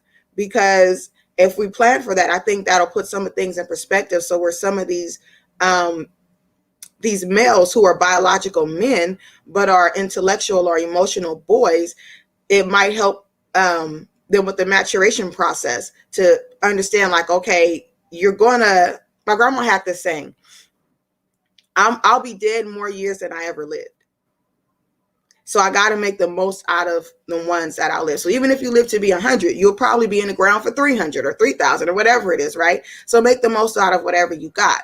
And considering death, when she had us write our own obituaries. Crazy, right? And when I read mine, I was like, I am not impressed. I got to put more on this obituary.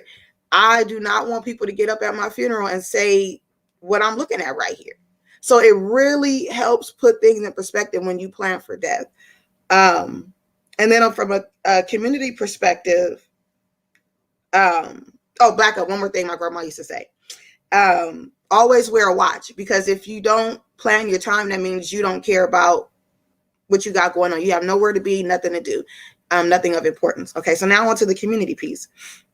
We need to normalize mental health maintenance. Just like we're quick to say, oh, I got a dental appointment, or I got a doctor's appointment, oh, I got a therapy appointment, I'm gonna have to catch you on the next one. And respect that, or encourage that. Good stuff. Keep up with that. Let me know how that's working out. Get back to socializing Black. In an attempt to assimilate white culture, we put our kids in school that are predominantly not Black. We put our kids in social situations that are predominantly not Black, thinking that it'll give them an edge or a step up in life some kind of way. When in actuality, in my opinion, and I'm not a clinical anything, and I don't have any kind of medical background, but just in my observations and working with young people over the last 20 years, is that children who socialize within their cultures early and frequently are stronger academically and emotionally and socially in school. And the example is, for example, my family has Sunday dinners when we were coming up. And we had children in the family who were considered general ed, and then children in the family who were considered special education. And they used different language back then, but today they would be considered on the autism spectrum. And a lot of people didn't even know some of my cousins were autistic because they were so well socialized, just because of Sunday dinners and having conversations with people on a regular basis, or being able to be in contact with whatever their challenge was, being able to practice that or exercise that muscle on a regular basis in a comfortable setting with people who love them, who's going to protect them and support them. So we're to the point where we're not doing a lot of Sunday dinners no more. You know, Big Mama house that's my house now. She left it to me. Y'all go home. Don't come over here unannounced. So we got to get back to socializing Black, and not just whenever you see a bunch of Black folks, oh, that's ghetto, I don't want to be involved. Nah, come on over here, grab a plate. And then buy Black. And when you buy Black, stop asking for discounts. We cannot come up if we keep cutting ourselves. And then we need to invest in our sustainability. And the great migration from the South to the West, we were supposed to, or at least what we told our folks back there, we were going to go to the West, get the knowledge on how to build these, be able to own our own farms and farm better and sustain ourselves. And we got to the West, we found other industries to get involved in, and we never brought the information back to the South the way we should have. We never brought it back to and there's farms in California, that doesn't mean the South, but we never brought it back to our rural family members. So they're out there struggling. And the places where they live, the minimum wage is $4 to $7 an hour. So we know good and well there's no way they could ever pull themselves up by the bootstraps. But here we are in the heart of Silicon Valley, And what are we doing to help sustain our farms? Why is sustaining our farms important? Because they create the very thing that sustains our bodies. If we don't get control of our food, we will not get control of our health. It's more than just picking the right food. It's more than just picking organic products at the grocery store. We have to understand GMO versus non-GMO. A lot of us have enough space in our properties, our homes, our backyards, our front yards to build a small garden. And we don't. We have space in our kitchen to create countertop gardens, and we don't. To be able to control the food that goes in our bodies. Why is that important? Because it affects how our brain and our different systems internally work. So if we let other people control our food, they control our body, they control our brain, and then we feel this struggle all the time, and we don't know why.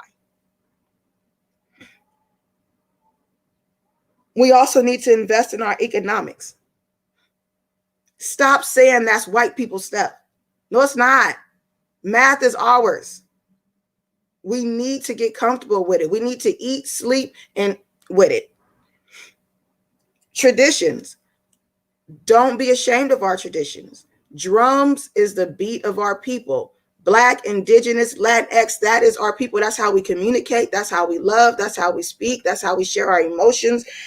And with rap music. And I'm going to go ahead and say it. We got to take rap music back. I don't want my sons listening to music where somebody is tearing down masculinity or only talking about getting high or tearing down femininity. I believe that it started with the Mac, the movie The Mac in the 70s, where this pimp player culture was celebrated and uplifted, and it just continued and it snowballed. And that's kind of where we are now. And then, sorry, there are 3 more things and then I'll hush up, y'all. Creating space and air, specifically women need to intentionally create space and air for men. I learned this a year ago when my youngest son was 4 years old. He was having emotional struggles in class. And there was a male therapist, behavioral specialist, provided by the school district that was supporting him through the shoestrings program. And when my son would get upset, the teachers were mostly female, so they would all flock to him. Oh my gosh, what's wrong? How can I help? What can I do? And I had the same behaviors at home, so it was real consistent. And so he interjected, and I'm very grateful for that, and asked to take 5 minutes with my son. And it was through Zoom, so I was able to like eavesdrop because I'm that nosy mama. And I stepped out the room for a minute, and I let them have a conversation, and I didn't hear anything. So I stepped in the room and to the edge of the room was just listening. He was like, so how's your day going? Oh, it's going good. Oh, okay, cool. And then they were just sitting there just breathing. And I'm like, okay. So I leave out, come back 2 minutes later. They're still just there breathing. And they're like, okay, now we can go back to class. And my son was so much more calm. He was so much more focused when he got into work. I realized that I need to give him space just to breathe and be a young man. And that was something that I couldn't give him. And that's something that the Black man had to give him.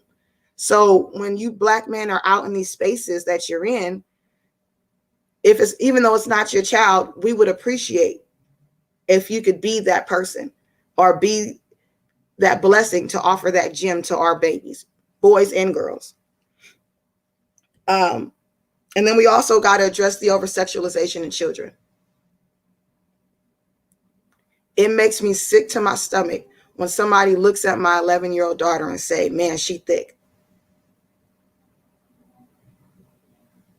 I can't control people's behaviors and mindsets. And I can't control that my daughter still acts like an 11-year-old and she skips and bops down the street.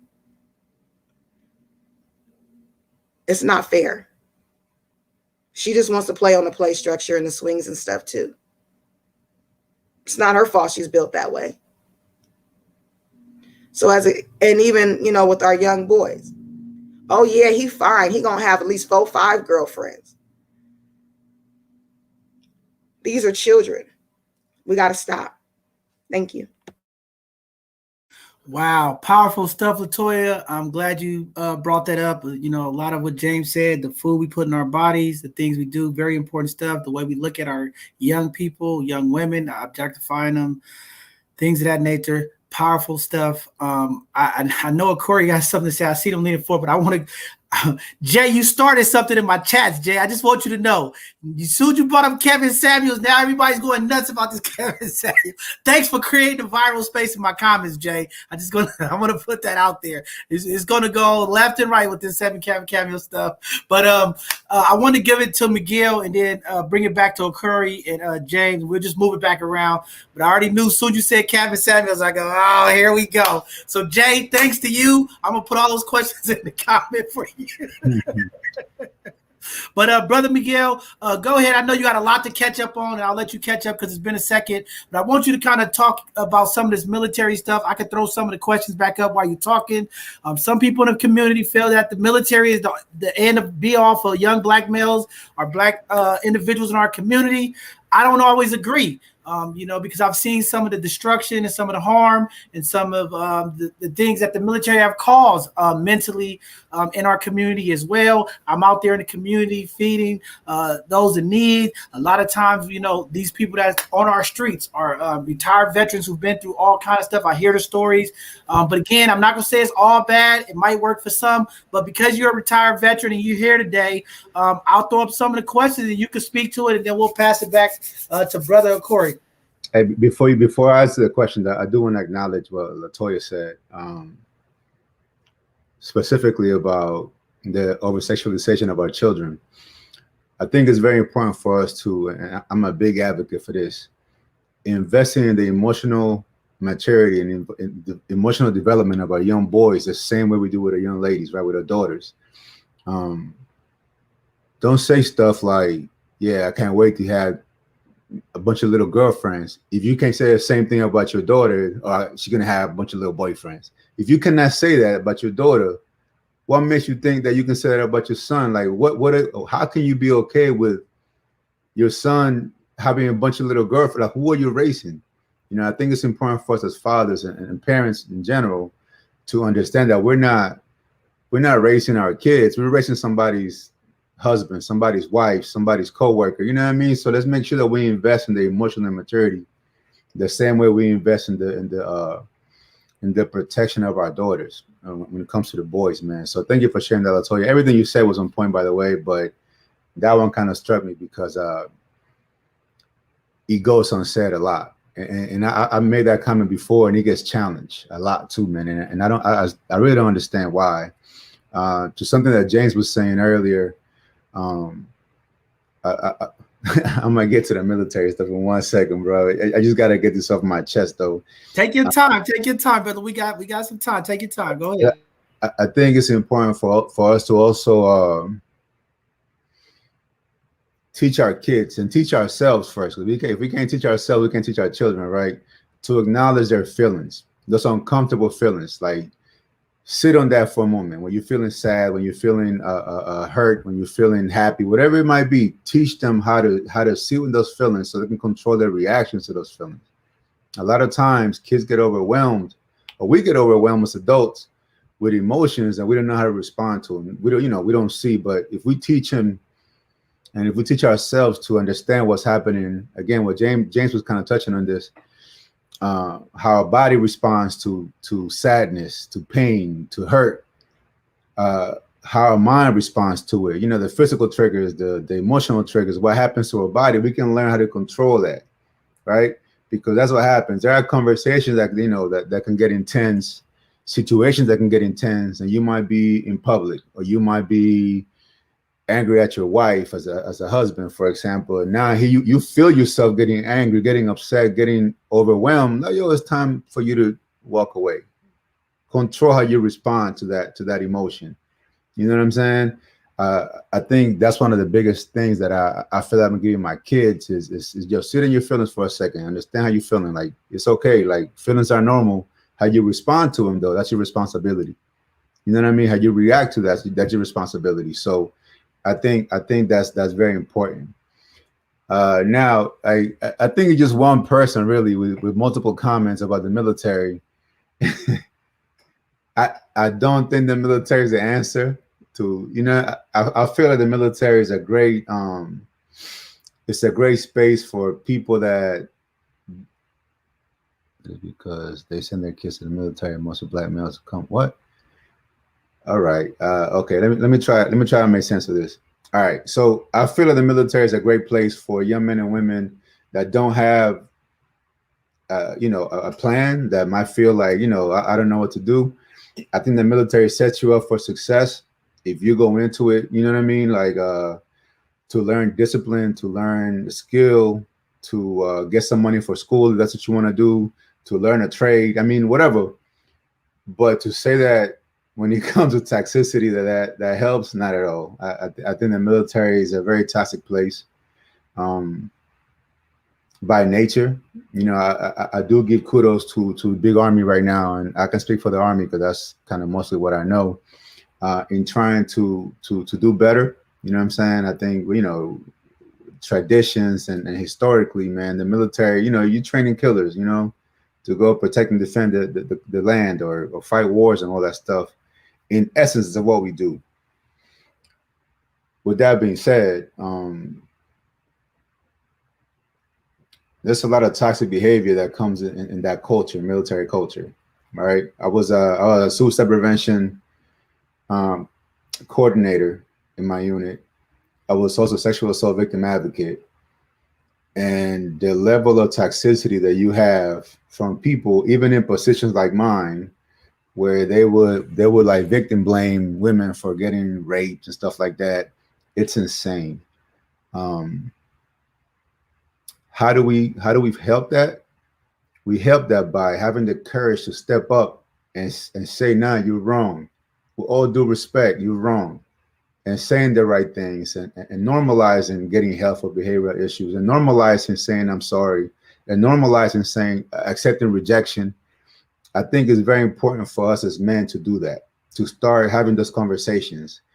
If I'm in a basketball court and I'm hooping with my fellas, my boys or whatever, and I get a reminder from my phone that I have a therapy appointment tomorrow, and I should not be ashamed to be like, oh shoot, I got therapy tomorrow.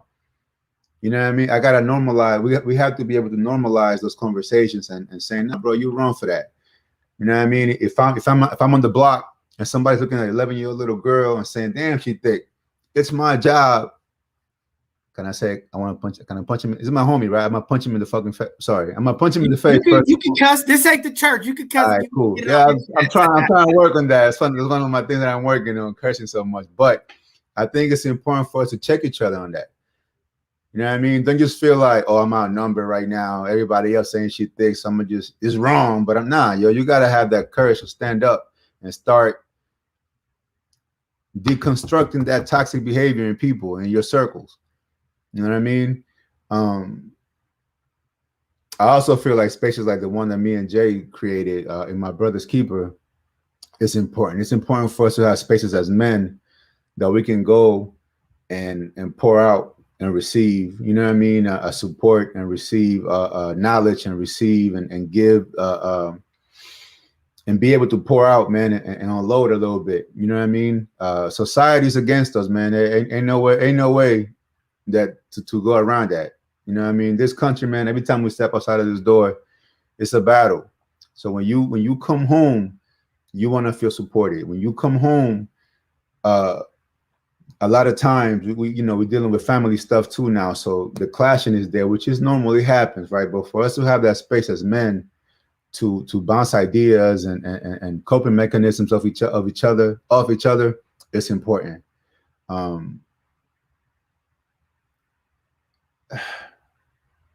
Now, mind you, back to the military stuff. Yo, if you need a job, like, listen, the military is really no different than any other job that you do. As far as like, if you go in and you get the right job, like I did behavioral health stuff for 10 years in the military, right?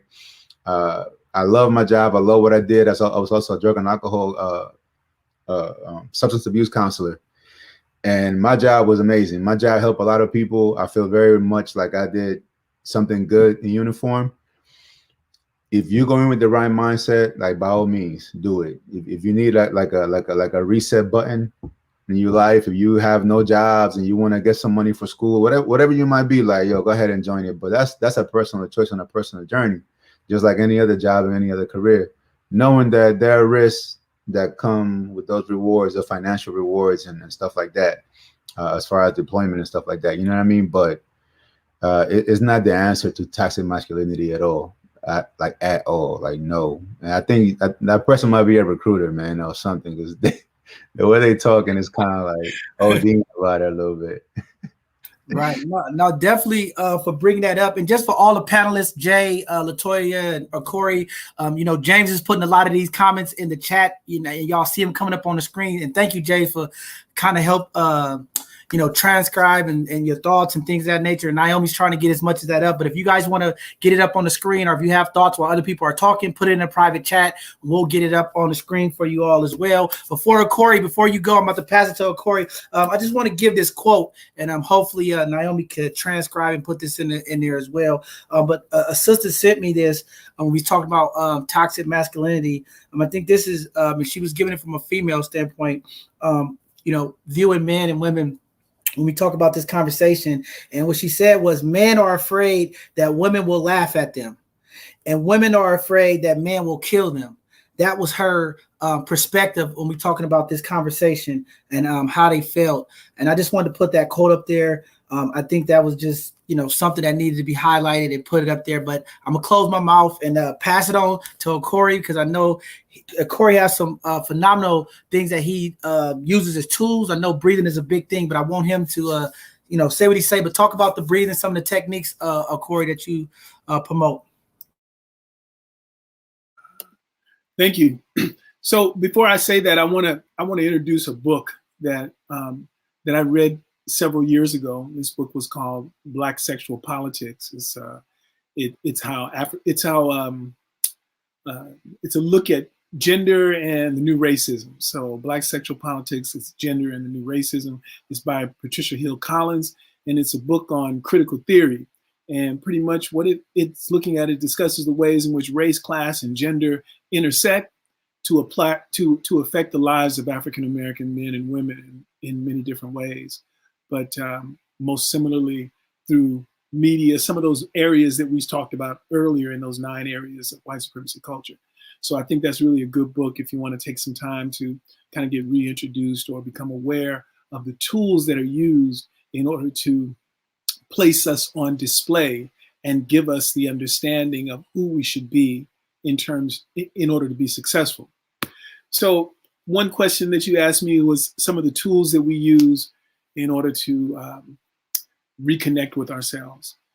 Well, one of those tools that I like to, that I've been introduced to and that I promote very highly is mindfulness. If you don't know what mindfulness is a tool that's used in order to reconnect you back to your center, to give you an opportunity to disconnect from the world and to reconnect with yourself. Reconnecting with yourself by taking moments to create a practice. And the practice can just be sitting for a moment in the park, breathing, taking a breath, noticing your breath. Because without breath, you can't live. Just the idea of sitting and noticing your breath. There's several different practices that you can use in breath work. There's one called the box breathing. If we have enough time, maybe at the end, I can show you how that works. But box breathing is really simple. It's actually so good that people in the military use it. People that are in high stress jobs use it. It's a count of maybe 4 counts in, 4 counts hold, 4 counts out, and 4 counts hold. That's box breathing. What it does is it helps to center you, bring your body back into connection with itself. It also allows you to decrease your heart rate. It's good for anxiety, really good for anxiety. Good for stress, just to help you reconnect with yourself. So the idea of breath work is that since breath is life and you cannot live without breathing, one of the fundamental things that we need to do is learn how to regulate our bodies. Our bodies is our vehicle. And unless we know how to drive that vehicle, we are going to be under constant stress all the time.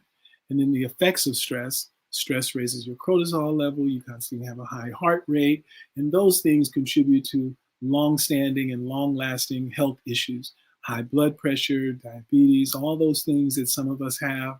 Those things can be diminished, or those things can be treated or responded to just by taking time to learn a little bit about breath work. Breath work and mindfulness are two tools that I use in my practice with some of my clients to help them to settle their nerves, to find sense of balance, and to reintegrate them back into their bodies.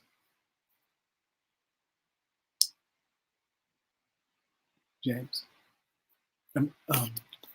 John. Go ahead, James. Go ahead. Jump in there, James. I totally agree with the way that Okori is presenting how to get reconnected with our bodies. I think that it's important for us to be able to utilize that as a consistent practice. And even as this, I wouldn't say it could be a temporary or in the moment experience of being able to self-regulate. I think that it's worthwhile for us to continue to look at how we are able to relate to our bodies, the kind of relationship that we do have with our bodies, the kind of relationship that we do have with others, so that there's less dissonance. I would hope that people can do that through the arts. I think that, so I have a background in music education, and I noticed that in performing different wind instruments, or just performing piano or strings or whatever, you learn how to breathe with your instrument. You also learn how to breathe with others. I think that it's unfortunately a disservice to our communities by having the arts removed from schools in the ways that it has been, because that's where a lot of our ability to self-regulate or ability to regulate, it's been, I was going to say decimated. It's been removed in a way that doesn't allow for us to really have a dedicated time for that to be engaged with. So, and I'm thinking about how we breathe and playing musical instruments, of us, whatever form of instrument, like you have to control your breath for a certain amount of time going out, but also pace it as you're taking that breath in, and that helps to do something for our regulatory system, for our nervous systems. And it does something for the way that our bodies literally vibrate, or the vibrations that we put into the world. I think that anybody who has an experience with music that feels in harmony, or music that feels dissonant, like anybody can say, well, that doesn't sound good to me. But they know when something sounds good, something doesn't sound good to them, and to be able to tune into that for our own body. We all have our own vibrations. We have our own sense of being able to connect with what feels good, what feels in harmony. And that is definitely something I think is present in visual art and performed art, if it's through dance or if it's through music or whatever the medium is. And it can be replicated in other art forms as well. I think that whatever a person's passion is, like there's rhythm to it. And I think that the rhythm of breath, or the rhythm of just rhythm in general. I mean, Latoya said it earlier, like our people communicate through drums. As somebody who used to play drums a lot, I mean, it's something that really does resonate with me, to be able to play in a way that that feels healing. If it's, we all know what it means to, I would hope, what it means to be on beat with something, and you can see when something's not on beat and what that feels like in its awkwardness. And you can see it's really easy to see when something is not consistent, if something is not in flow. Right. So I think that being able to recognize that, again, the way Corey presented it as breath, is really, really is foundational for being able to understand our bodies and understanding the way that we're able to move through the world and move through our communities. Yeah, and I would just say that for some people that might think that it is a practice of others, or that it's a practice that has no truth or foundation in it, I will tell you that breath work is something that is a very spiritual thing. So the word spirit means breath and breathing. So spirit and spiritual, in its essence, its origin, means breath and breathing. And so when you are being spiritual, you are breathing. So if you think about meditation, or if you think about any trance, if you even think about prayer, so those of you that go to church and you watch a person that's being touched by the Holy Ghost, or you watch the pastor when he's praying and He's in his deep breath, he's pulling air in, he's blowing air out. Or when a person is shouting, the air is coming in, the air is going out. That's a part of breath work. That's what helps to get you excited. That's what helps to get you connected to the spirit. So imagine what it would be like if you were able to focus that breath in your prayer, in your thought. Prayer is meditation. It is a form of meditation. Focus that prayer, focus that breath, and set an intention, whether that intention is to find balance in your life, whether that intention is to relieve stress, whether that intention is to create success, whether that intention is to move obstacles away from you. Breath work is the practice. Mindfulness is just the practice of being able to center yourself and to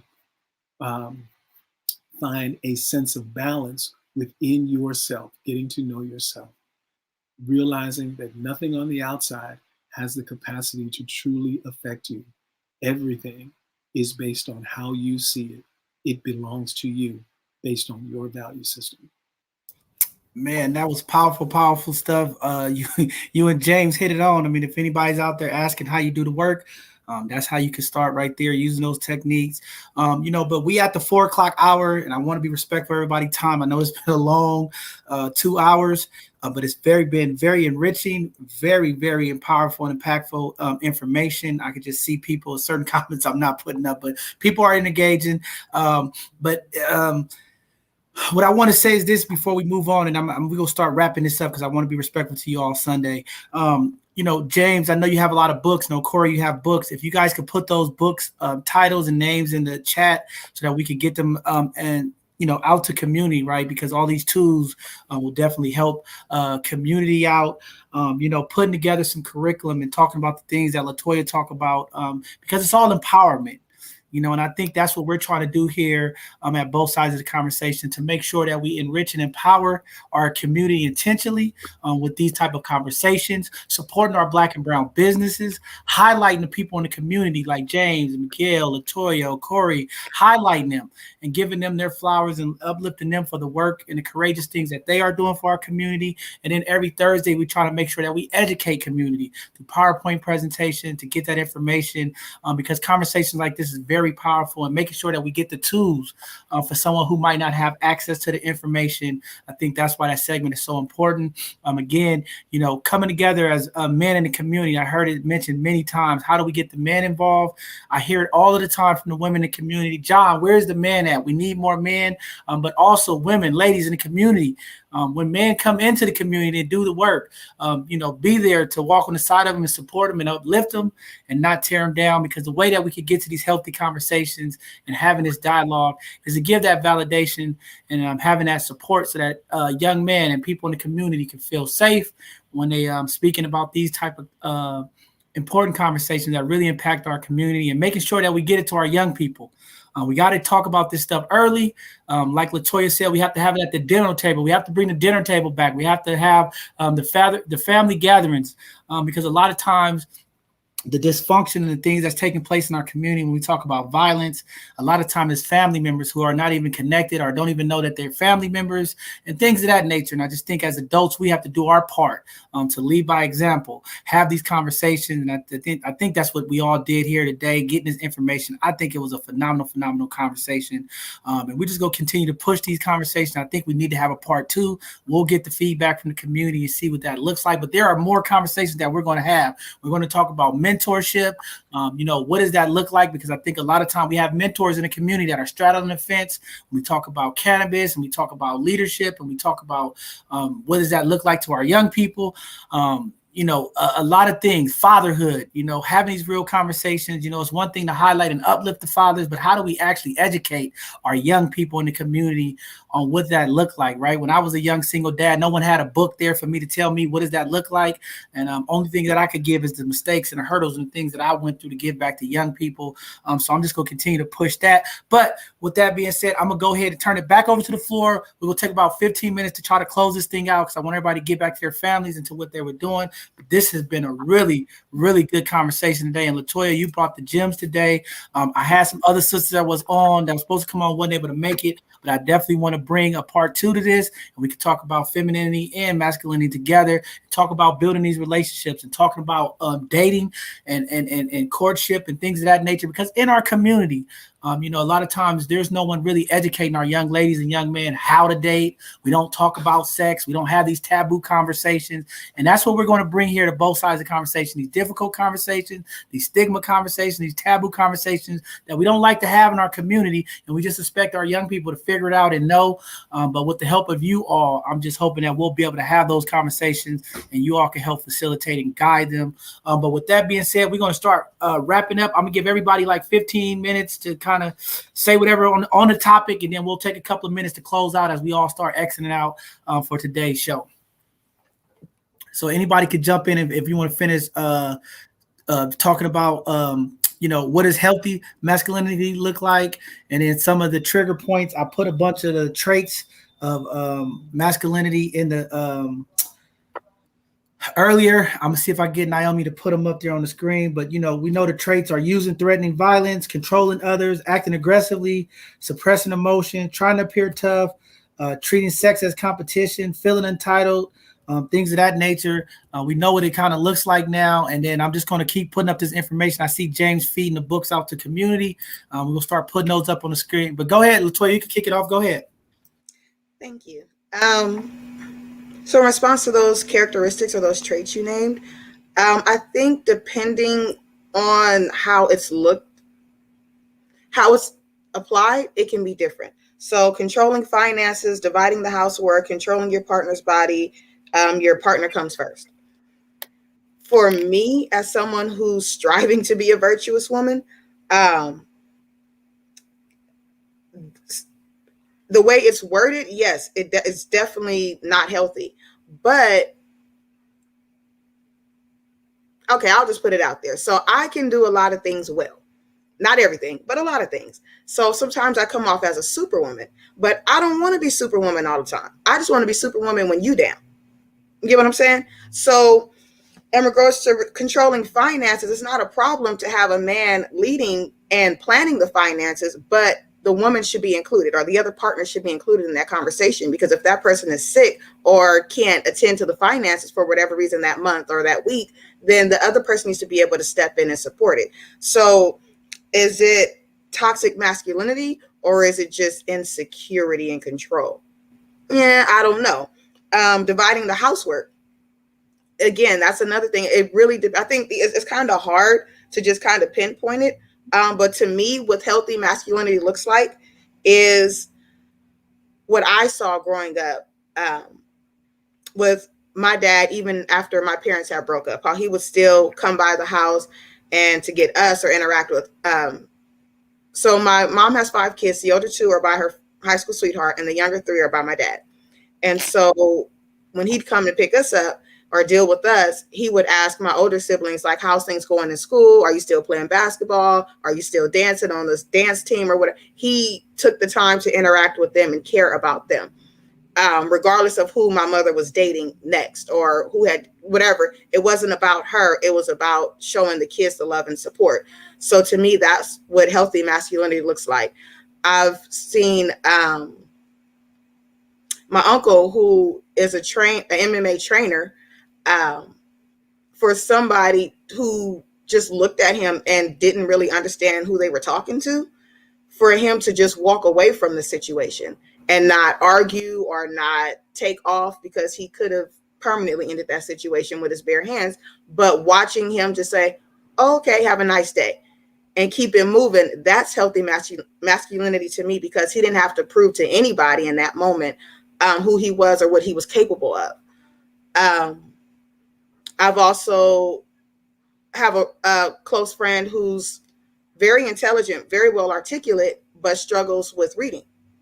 So when they get contracts, they usually come to me and say, hey, can you decipher this for me and make it make sense? To me, that's healthy masculinity. You have to be able to say what I do and don't know and ask for help. Everybody can't know everything. Just be good at what you're good at, and then make sure you know people who are good at the things that you're not, and they can help fill in the gaps. So those are just a few examples. But then I kind of wanted to touch on, I know we were trying to get past the military thing, but I just wanted to touch on, and why I said I agree is because in Ethiopian and Eritrean culture, when you turn 18, you are required to serve your country for 4 years in a military capacity. And so they go through training and all that. And if they get called out to do whatever, they got to go. Men and women. What this has done is it creates a sense of ownership and wanting to protect and have a beautiful community. So you don't see a lot of littering. You don't see a lot of some of the destructive behaviors that you see here in our communities, because they have personally put their lives on the line to protect these communities. And it was another point I wanted to make earlier too, and I forgot, was about Black socialization. When our men congregate, they're called gangs. But in actuality, these are just ministries, really, because they're men ministering into one another in these social groups. So we definitely need to get away from the dehumanization or the demonization of Black men congregating to maintain healthy masculinity. But I also want to say this in this country, and it's different than that country. I know you're talking about a different country, but here in America, okay, one of the greatest impact to our Black and brown communities is capitalism, classism, which creates the genocides and the unhealthy, toxic masculinity in our community as well. So you got to always remember that, you know, a lot of this stuff is shifted through finances. You know, you oppress people enough, you don't give people the opportunities, these behaviors and these things that trigger us in a negative way always comes out and impact our community. And in the Black and brown community, it usually turns into violence and things of that nature. But we got to remember, that's the difference.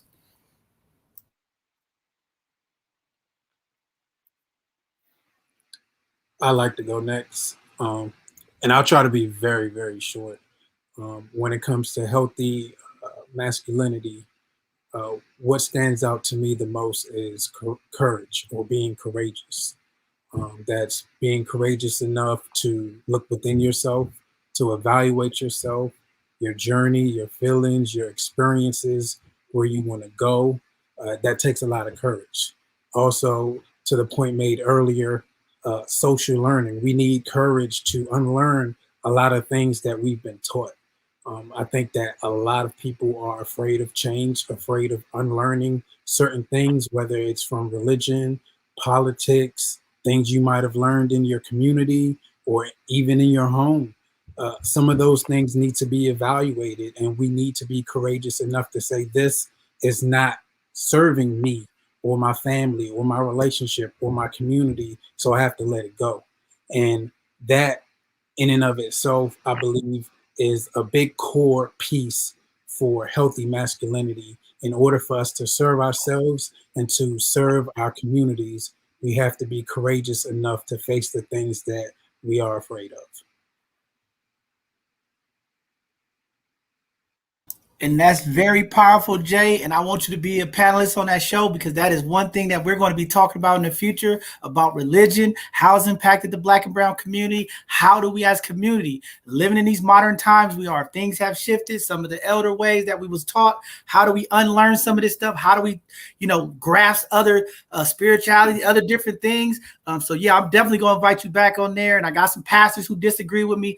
But I think some of this stuff that we was taught and some of the lies, like how long do a lie in our community, when do we address it? When do we unlearn some of this stuff? I mean, it's taken this long for people to just grasp Juneteenth, grasp what happened in Tulsa, Oklahoma, hearing the truth about, Columbus Day and all of these different things, right? That we've been programmed that this is what it is. And Jesus was born on Christmas and all of like all of this, the Easter rabbit is laying eggs. I mean, like, how do we unlearn some of this stuff, right? Because I think this is a real conversation, because a lot of times, our community can't move forward because this thought process that we have, that we've been taught. And sometimes it comes in a religious form, sometimes it comes in a community form, but it really messes with the growth of our community.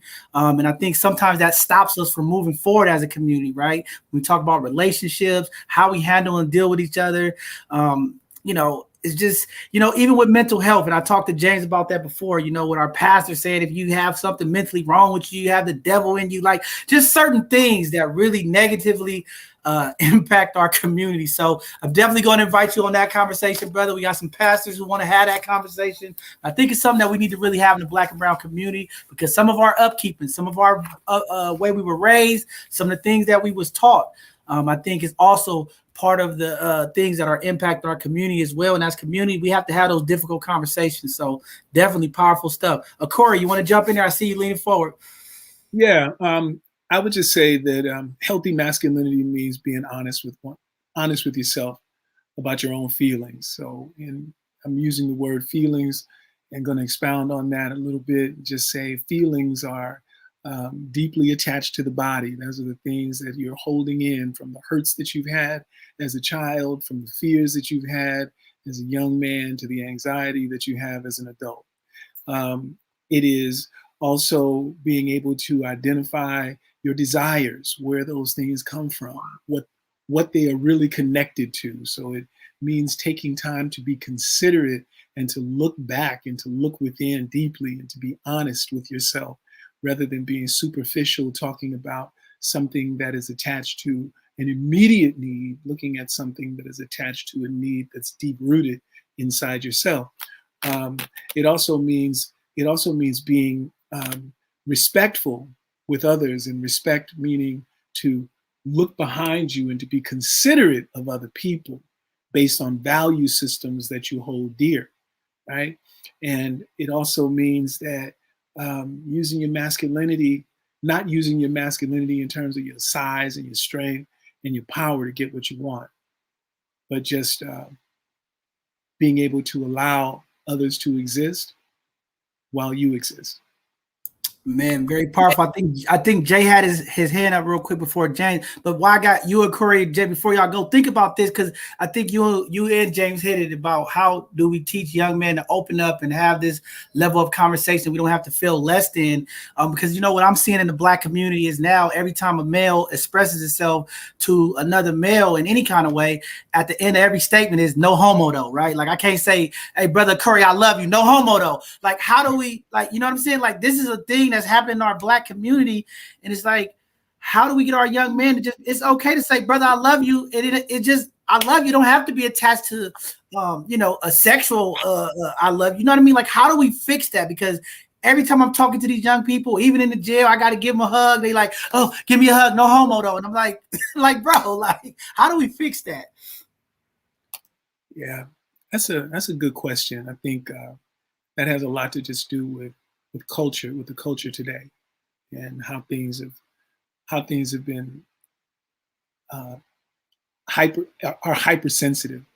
So I believe that with young people, or just in any person, just becoming more comfortable with yourself, becoming comfortable with being able to express your emotions or your language without fear of judgment, and being able to clearly define what you mean by that when you say that to somebody, because people don't always know, and they're kind of taken aback. What do you mean by that?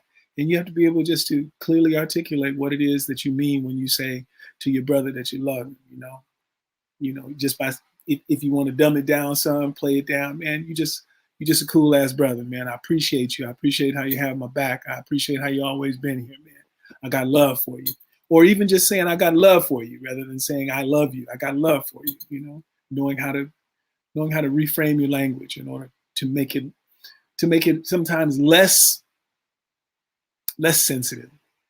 Sometimes men are uncomfortable with being sensitive with one another, and until they learn how to be sensitive with one another, you have to find ways to just take a risk and to step out. Man, definitely powerful stuff. Well, what a way to respond to that. I hope some of the people in the community, I'm definitely going to bring that back to them. But Jay, I see you put your finger up. Did you want to say something before James go? Oh, okay. James, you want to jump in there? And then Miguel? Absolutely. So I think that healthy masculinity is something that I think to use some of the words that Corey mentioned earlier about constructs. I think that even the term masculinity, femininity are constructs that we introduce in society. We create meaning for these things in our day-to-day lives, in our society, in our world.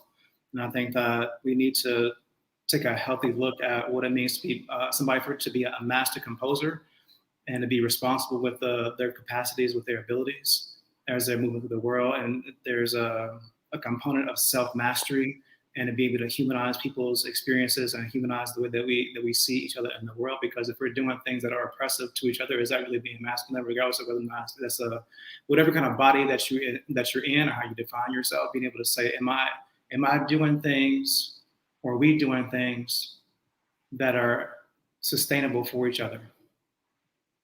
I think that if we're not taking into consideration the kind of growth that we want to be able to experience, or recognizing the value of life, or if we're not leading responsibly, if we're not approaching these situations or approaching each other with some form of humility and saying, well, I know the right way and I was going to push my way through. If I'm not taking into consideration this, and I say this often, and I'm appreciative of Jay for using the word courage, because it takes courage to be able to sit back and say, you know what, I didn't think about it from that point of view. Let me take that into consideration. Let me approach this with a voice of compassion, with a mind of compassion. And let's be able to have some of these courageous conversations for me to sit back and say, you know what, like I don't always know what's best. And then when we think about it, and I'm glad that somebody put it into the comments, I think it was Jay or Miguel that talked about this book, King, Warrior, Magician, Lover. I think that being able to look at being able to look at how a king or how a queen or how a person is able to unite their kingdom and to be able to move that forward in a way that, again, is sustainable. Because it can be a female body, it can be a male body, it can be any kind of body. What does it look like for us to be able to make that sustainable? I think that looking at the physicality of it is one thing. It's like, yeah, there's definitely things that a lion can do and a lioness can do. And we get to look at what the balance of those things are. But there's going to be certain things that the lion can do that the lioness can do, and vice versa. But it doesn't mean that either one of those has to always be the dominant. I love that Latoya said earlier that we get to find some balance in that relationship. Maybe some days I'm hella tired. I don't want to be doing this thing. Maybe it's your turn to do it. We have to be able to have those kinds of conversations so that there is some call and response. We know how to balance that, or to manipulate, to be able to include that level of composition. I use a lot of analogies and kind of metaphors in the work that I do. I think it's really important that we look at how we're able to create music, literal music together, and to know how, like, when my voice needs to come out to do a solo, and when your voice is doing what it needs to do, so that one person is taking on the lead, that's not balanced. You know, it has its place. Sometimes it's jazz, sometimes it's whatever the thing is, but we got to figure out what the harmony is and what the dissonance is, and how we're going to move through that together. Man, powerful stuff. Miguel, you want to say the last word? I'm going to give everybody some time to close out with some last words to part with the community, but go ahead, Brother Miguel. Yeah, well, Jay stole my thunder when he said, courage, right? Because that's my thing. You know what I mean? Courage is contagious, is like my thing. But okay, I see you. For me, though, healthy masculinity looks like it's three things, right? The first one is, I'm sorry, Corey, man, but saying I love you, being able to say I love you, I think is important. Being able to say it and receive it from your brothers, you know what I mean, as men, that and a hug, that physical touch, man, that is not considered homo or pause or whatever it is. Like being able to express that love for each other as men, I think is one of the ways we can be healthy. Show healthy masculinity. Also apologizing, being able to say I'm sorry, right? And understanding that I'm sorry, an apology is more than just words, it's actions and what comes after that. So being able to admit when you're wrong, admit when you hurt somebody and correct that, I think is important. And then the last thing I'll say, and I know it's a lot more than this, man, but these three things come top of the head, is respect, right? Having respect for self and other men is one thing, but when it comes to the way we respect women outside of our family, right? It's not just respecting the woman that you find attractive or the pretty girl, it's respecting all women. I think we have a hard time doing that as men. Some men, I won't say everybody, but obviously, having that respect for the divine feminine and treating all women like you want your moms and your sister or your spouse or whatever to be treated is also a big sign for me of what healthy masculine looks like. Obviously, there's a lot more, but I'm gonna stop there. That's all I got. Can I just add one last thing? Go I ahead. just Go want ahead. to Go ahead. I just want to say that the idea of masculinity right now is in trouble. And it's in trouble for a number of different reasons. It's in trouble through femininity. It's in trouble through media politics. And I think it's a great opportunity for, and it's also in trouble because we have to be able to define ourselves as Black men and our own masculinity and what that looks like. So understanding that we are different, we look different, we behave different, we are not the same. We have a different history. And so we need to be able to take all those things in context and redefine ourselves as men, whatever that looks like, you know, coming to an agreement that this is what we decide our masculinity should look like, and be okay with that. Because it takes time to learn to be comfortable to say, I love you. You know, it takes time to be able to learn to say, I'm sorry. It takes time to learn to be vulnerable. Many of us don't know how to be vulnerable, right? So we have to learn those things. So these conversations create those stepping stones to a platform that allows us to learn more about ourselves. So that's what I want to add that. Go ahead. Respect, Corey. You know, I know, because you know what I mean. I know what you mean, but I think it's just having the courage to actually do those things and lead by example is going to bring. But we have to be mindful of everybody's not in the same place on their journey. Absolutely. Respect, bro. Respect, love. No doubt. Go ahead, James. I see you, Mikey. You want to say something? Go ahead, James. No, I was just over here just singing Corey's praise and everybody's praise. I see you over there snapping your fingers. I was like, yeah, we need to have some kind of service up in here, some church or however you want to celebrate. But absolutely, blessings. I mean, I think this is. Oh, go ahead, Jay. Go ahead. I'm sorry. Go ahead, Jay. Go ahead. No, I just wanted to insert this one last thought, because we talk about how toxic masculinity is being politicized and weaponized, right? I think what we do need to shed some light on is this thought process, or this quote that I read a long time ago, but it says, every act is either an act of love or a cry for help, right? So when we talk about toxic masculinity and toxicity being something that harms yourself or someone else, we should really start asking the question, like, why are so many men hurting? Or why are they crying out for help within their actions, their beliefs, their behaviors, right? Because if we don't address the cause of the problem, then we can't eradicate toxic masculinity, or we can't get men to start, or people to start tapping into more healthy behaviors. I think that we're overshadowing the pain and the shame and the insecurities and all of the things that create the toxic masculinity, just to weaponize it and to say this is bad behavior or these people are bad. And that in and of itself, it really isn't creating any solutions or moving us forward so that we can have a healthier community. So I'm very passionate because there's a lot of men that are hurting, and we don't have a society that's really open to helping them heal or giving them the resources or the space to do so. And we talk about the problem, but we don't really give them the tools so that we can create a solution. So I want anyone who's really gung-ho about toxic masculinity and excuse me, and the trigger or trendy viral, usage of it, to really think about why this behavior exists to begin with. So now we can start moving forward. Man, powerful stuff. And look at the community.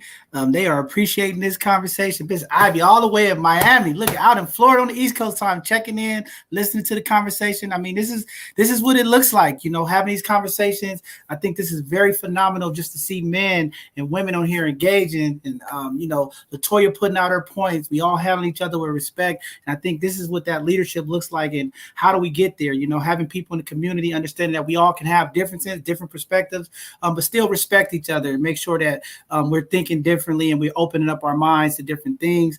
These conversations will continue to happen here at both sides of the conversation. This is a community platform, community. We're trying to do our part to bring community together, right? And like Jay said, and Jay been dropping gems all day, and I don't know why you didn't get that quote in the chat. Over there we go. I think Naomi got it up there. Because a lot of our young brothers in the community right now are crying for help. You know, there's no guidance, there's no leadership. You know, they're just out there doing a lot, especially when we look at some of the things that's really impacting our community with gun violence and gang violence. You know, it was a time when you was younger, you had OGs, and the community was kind of structured on how you could do things. And now we just have a bunch of confused young men running around, don't know nothing because there's no leadership. You know, everybody's a big homie, everybody has the information, and you know, coming up with these solutions and coming up with these ideals to have these wonderful response. And this is why I said these type of conversations, we got to get it in a curriculum, right? Because when a young man asks that question, and we have to have the right response to help heal them.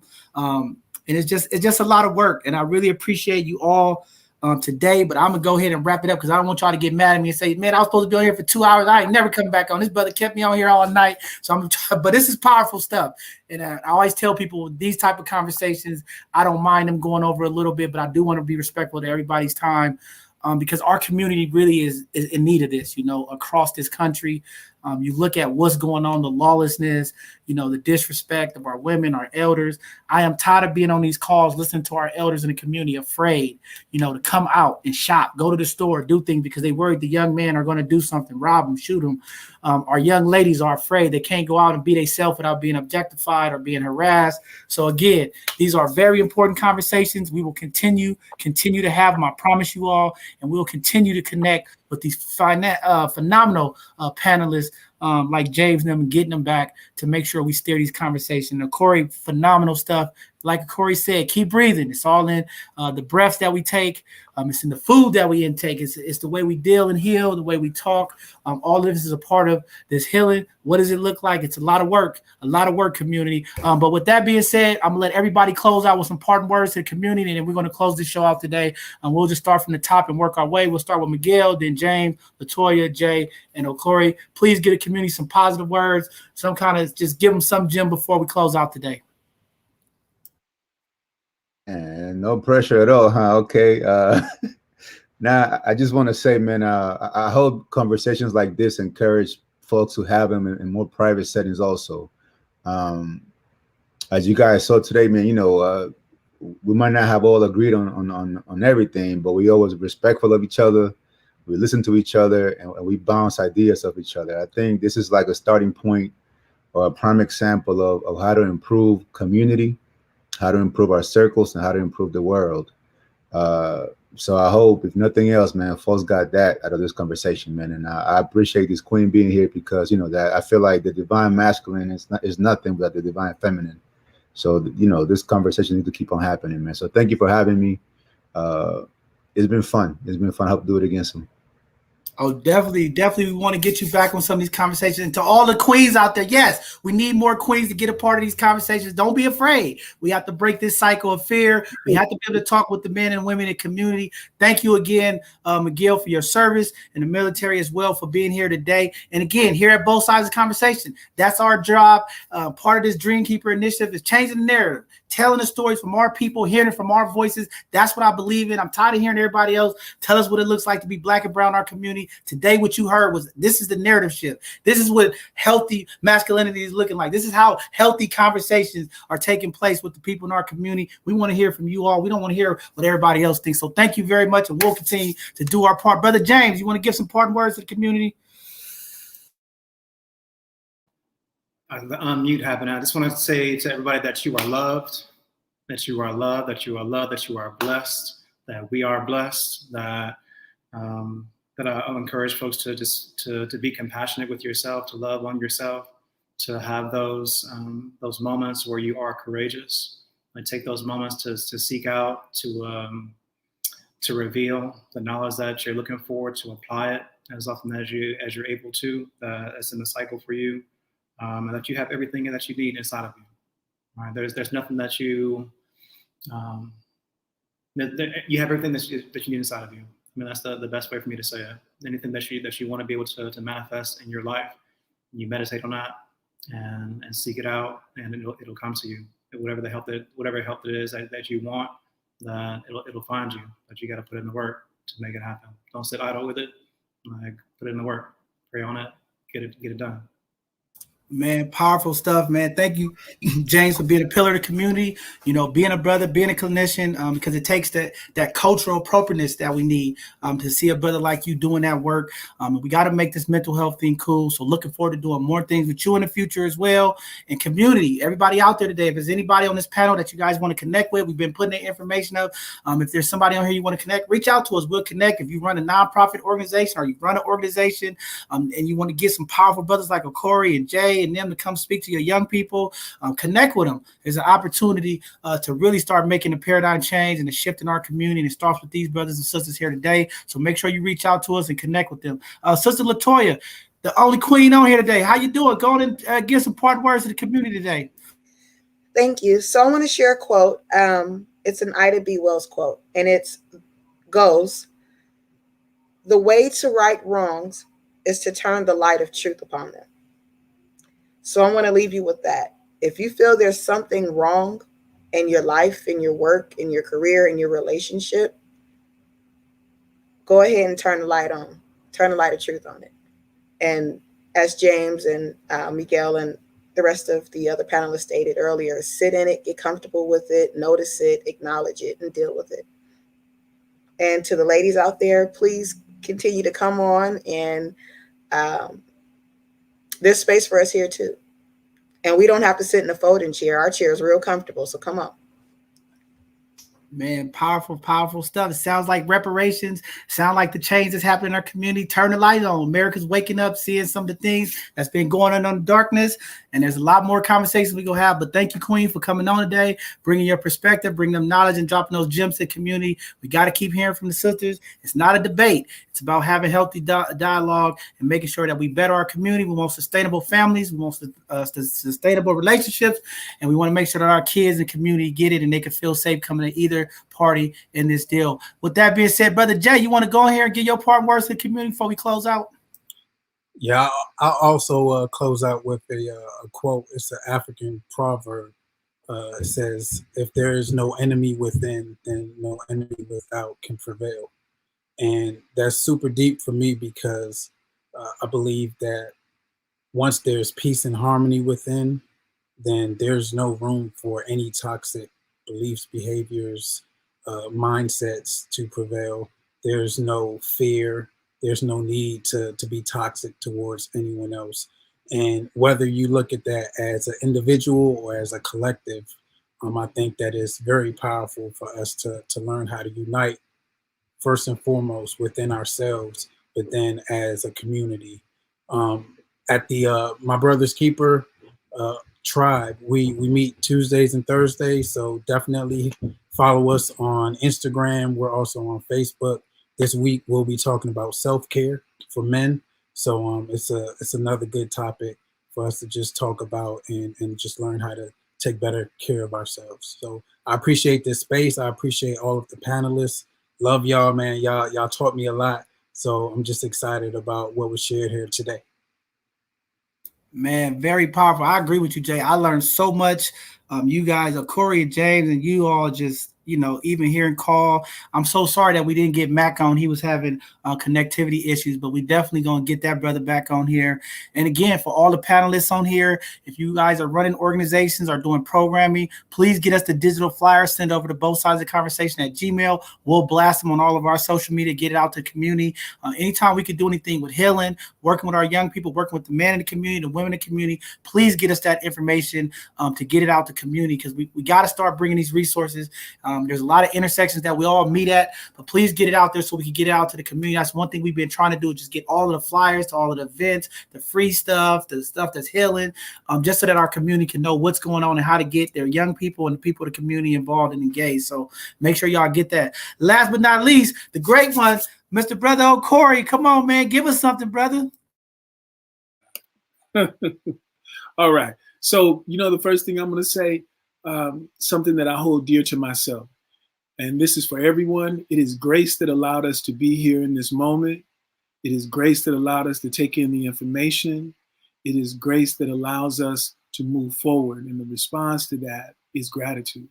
So I want to share a quote from Paulo Freire, and it is, looking at the past must only be a means of understanding more clearly what and who you are, so we can make more wisely the decisions of the future. Man, powerful. You always dropping them gems, man. Well, you all have it. What a powerful conversation. I hope, community, you enjoyed this conversation today. This is what this is about. I mean, it is so many gems and so much information. Please go back and replay. I know it was moving fast kind of at the end. James had put some phenomenal books. Corey put some phenomenal books. Jay, Latoya, please, community, as we're trying to enlighten ourselves, wake up our level of consciousness, it starts with these type of books and information, and you're getting it straight from some phenomenal people who believe in what they read. And if they're giving it back to you to read, it's something important, especially Corey, James, and Miguel and Jay. I mean, these are some powerful brothers and sisters on here. So please take the advice, go back and grab some of those books, go read them. The more we educate and uplift each other and wake up our level of consciousness, the better we prepare our community, the better we equip our young people. Because that's what it's all about. Set the next future generation of young men and knowing how to deal with each other, how to interact. If it's somebody you don't know, how to approach a brother and just say, hey, brother, I don't know you, but hey, how you doing? We need to start doing that so we can stop some of this killing, some of the things that's happening in our community. And I think Miguel said it best. It starts with courage. We just have to be open and have the courage to do things that we normally don't do, be open to change, be open to this paradigm shift, and being able to work with each other. Sometimes we just have to let some of our own hiccups go and be open to work with people who we don't know, or we don't really know who it is. And I think that's the start of that dialogue. We all came together and broke bread on this conversation today. I think it was just a powerful conversation. I got another perspective how to bring this to our young people, what this manhood looks like. What does this masculinity look like? What does this feminine looks like? Femininity, how do we just work together? And working with Latoya and some of the women of the community, how do we bring this together? How do we show what a family and engagement of a male and female looks like in a positive manner, so that we could change these stereotypes that Black love is not there? I seen a lot of Black families out skating at the park yesterday. It was beautiful to see the husbands and wife with their children out there enjoying it. It do exist. Black love is still there. Brown love is still there. Our communities are getting better, but there's a lot of work we still have to do. We're not at the finish line yet, and we're going to continue to have these conversations here at both sides of the conversation. So with that being said, this Tuesday coming up will be our next live show at 7 p.m. If you want to join us, we're going to be highlighting our Black and brown businesses, as well as community leaders that are doing things to positively impact the community. If you know a Black or brown business out there, you want them to come on our platform and highlight what they're doing and get that information out to the community for free, have them go to our website, sign up, or you can nominate them and we'll reach out to them and get them on if you think this is a Black or brown business that our community needs to know about. Our community leader, whether it's a teacher, fireman, police, our community organization leader that are doing phenomenal things for our community. Let's connect them so we can get community to them for resources. It's very, very important stuff that we have to do. And then this Thursday, we're going to have another Educational Thursday segment. We got a phenomenal brother, Jonathan Davis. He's going to come on and talk about food processes and making sure that our community, since we know there's a lot of pop-ups out there, this COVID, a lot of new restaurant businesses open up. He's going to educate community how to really do the food processing and making sure that what we putting in our bodies and how we cooking and sharing with the community that is being done right. So please, if you're in the food business, if you're a chef, you're a restaurant owner, are you thinking about getting into mobile food industry, please tune in this Thursday. He's going to have a phenomenal conversation, a PowerPoint presentation about that industry and how to get your licenses and how to do everything right, because that's the thing we want to make sure, like James said earlier, what we put in our body is very important, and it starts with how we prepare food, how we store food, how we cook it. And I think this brother's going to come on and give us some great gems for the community about our food products. And then this Sunday coming up, we're going to have another impactful conversation. Next Sunday, we are talking about human trafficking. We're going to have Vanessa Russell come on.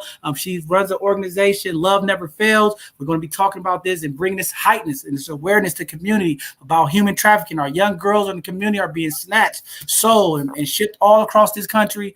So it's a very, very important conversation. And she's going to walk us through some of the trauma and some of the things that Community needs to know about it. When these young women are recovered and brought back in the community, as community, how do we support them, get them the service and the resources so that they don't get trapped back into that type of lifestyle? It is a very, very important conversation, but I do want community to know that it's a touching conversation, and I want everybody to know that, this is very brave for some of these people to come and talk about this, and this is going to be a continued conversation that we're going to have to impact our community. We'll have some phenomenal panelists to talk about it. So next Sunday, we'll be talking about human trafficking. Get ready. Explosive conversation is real.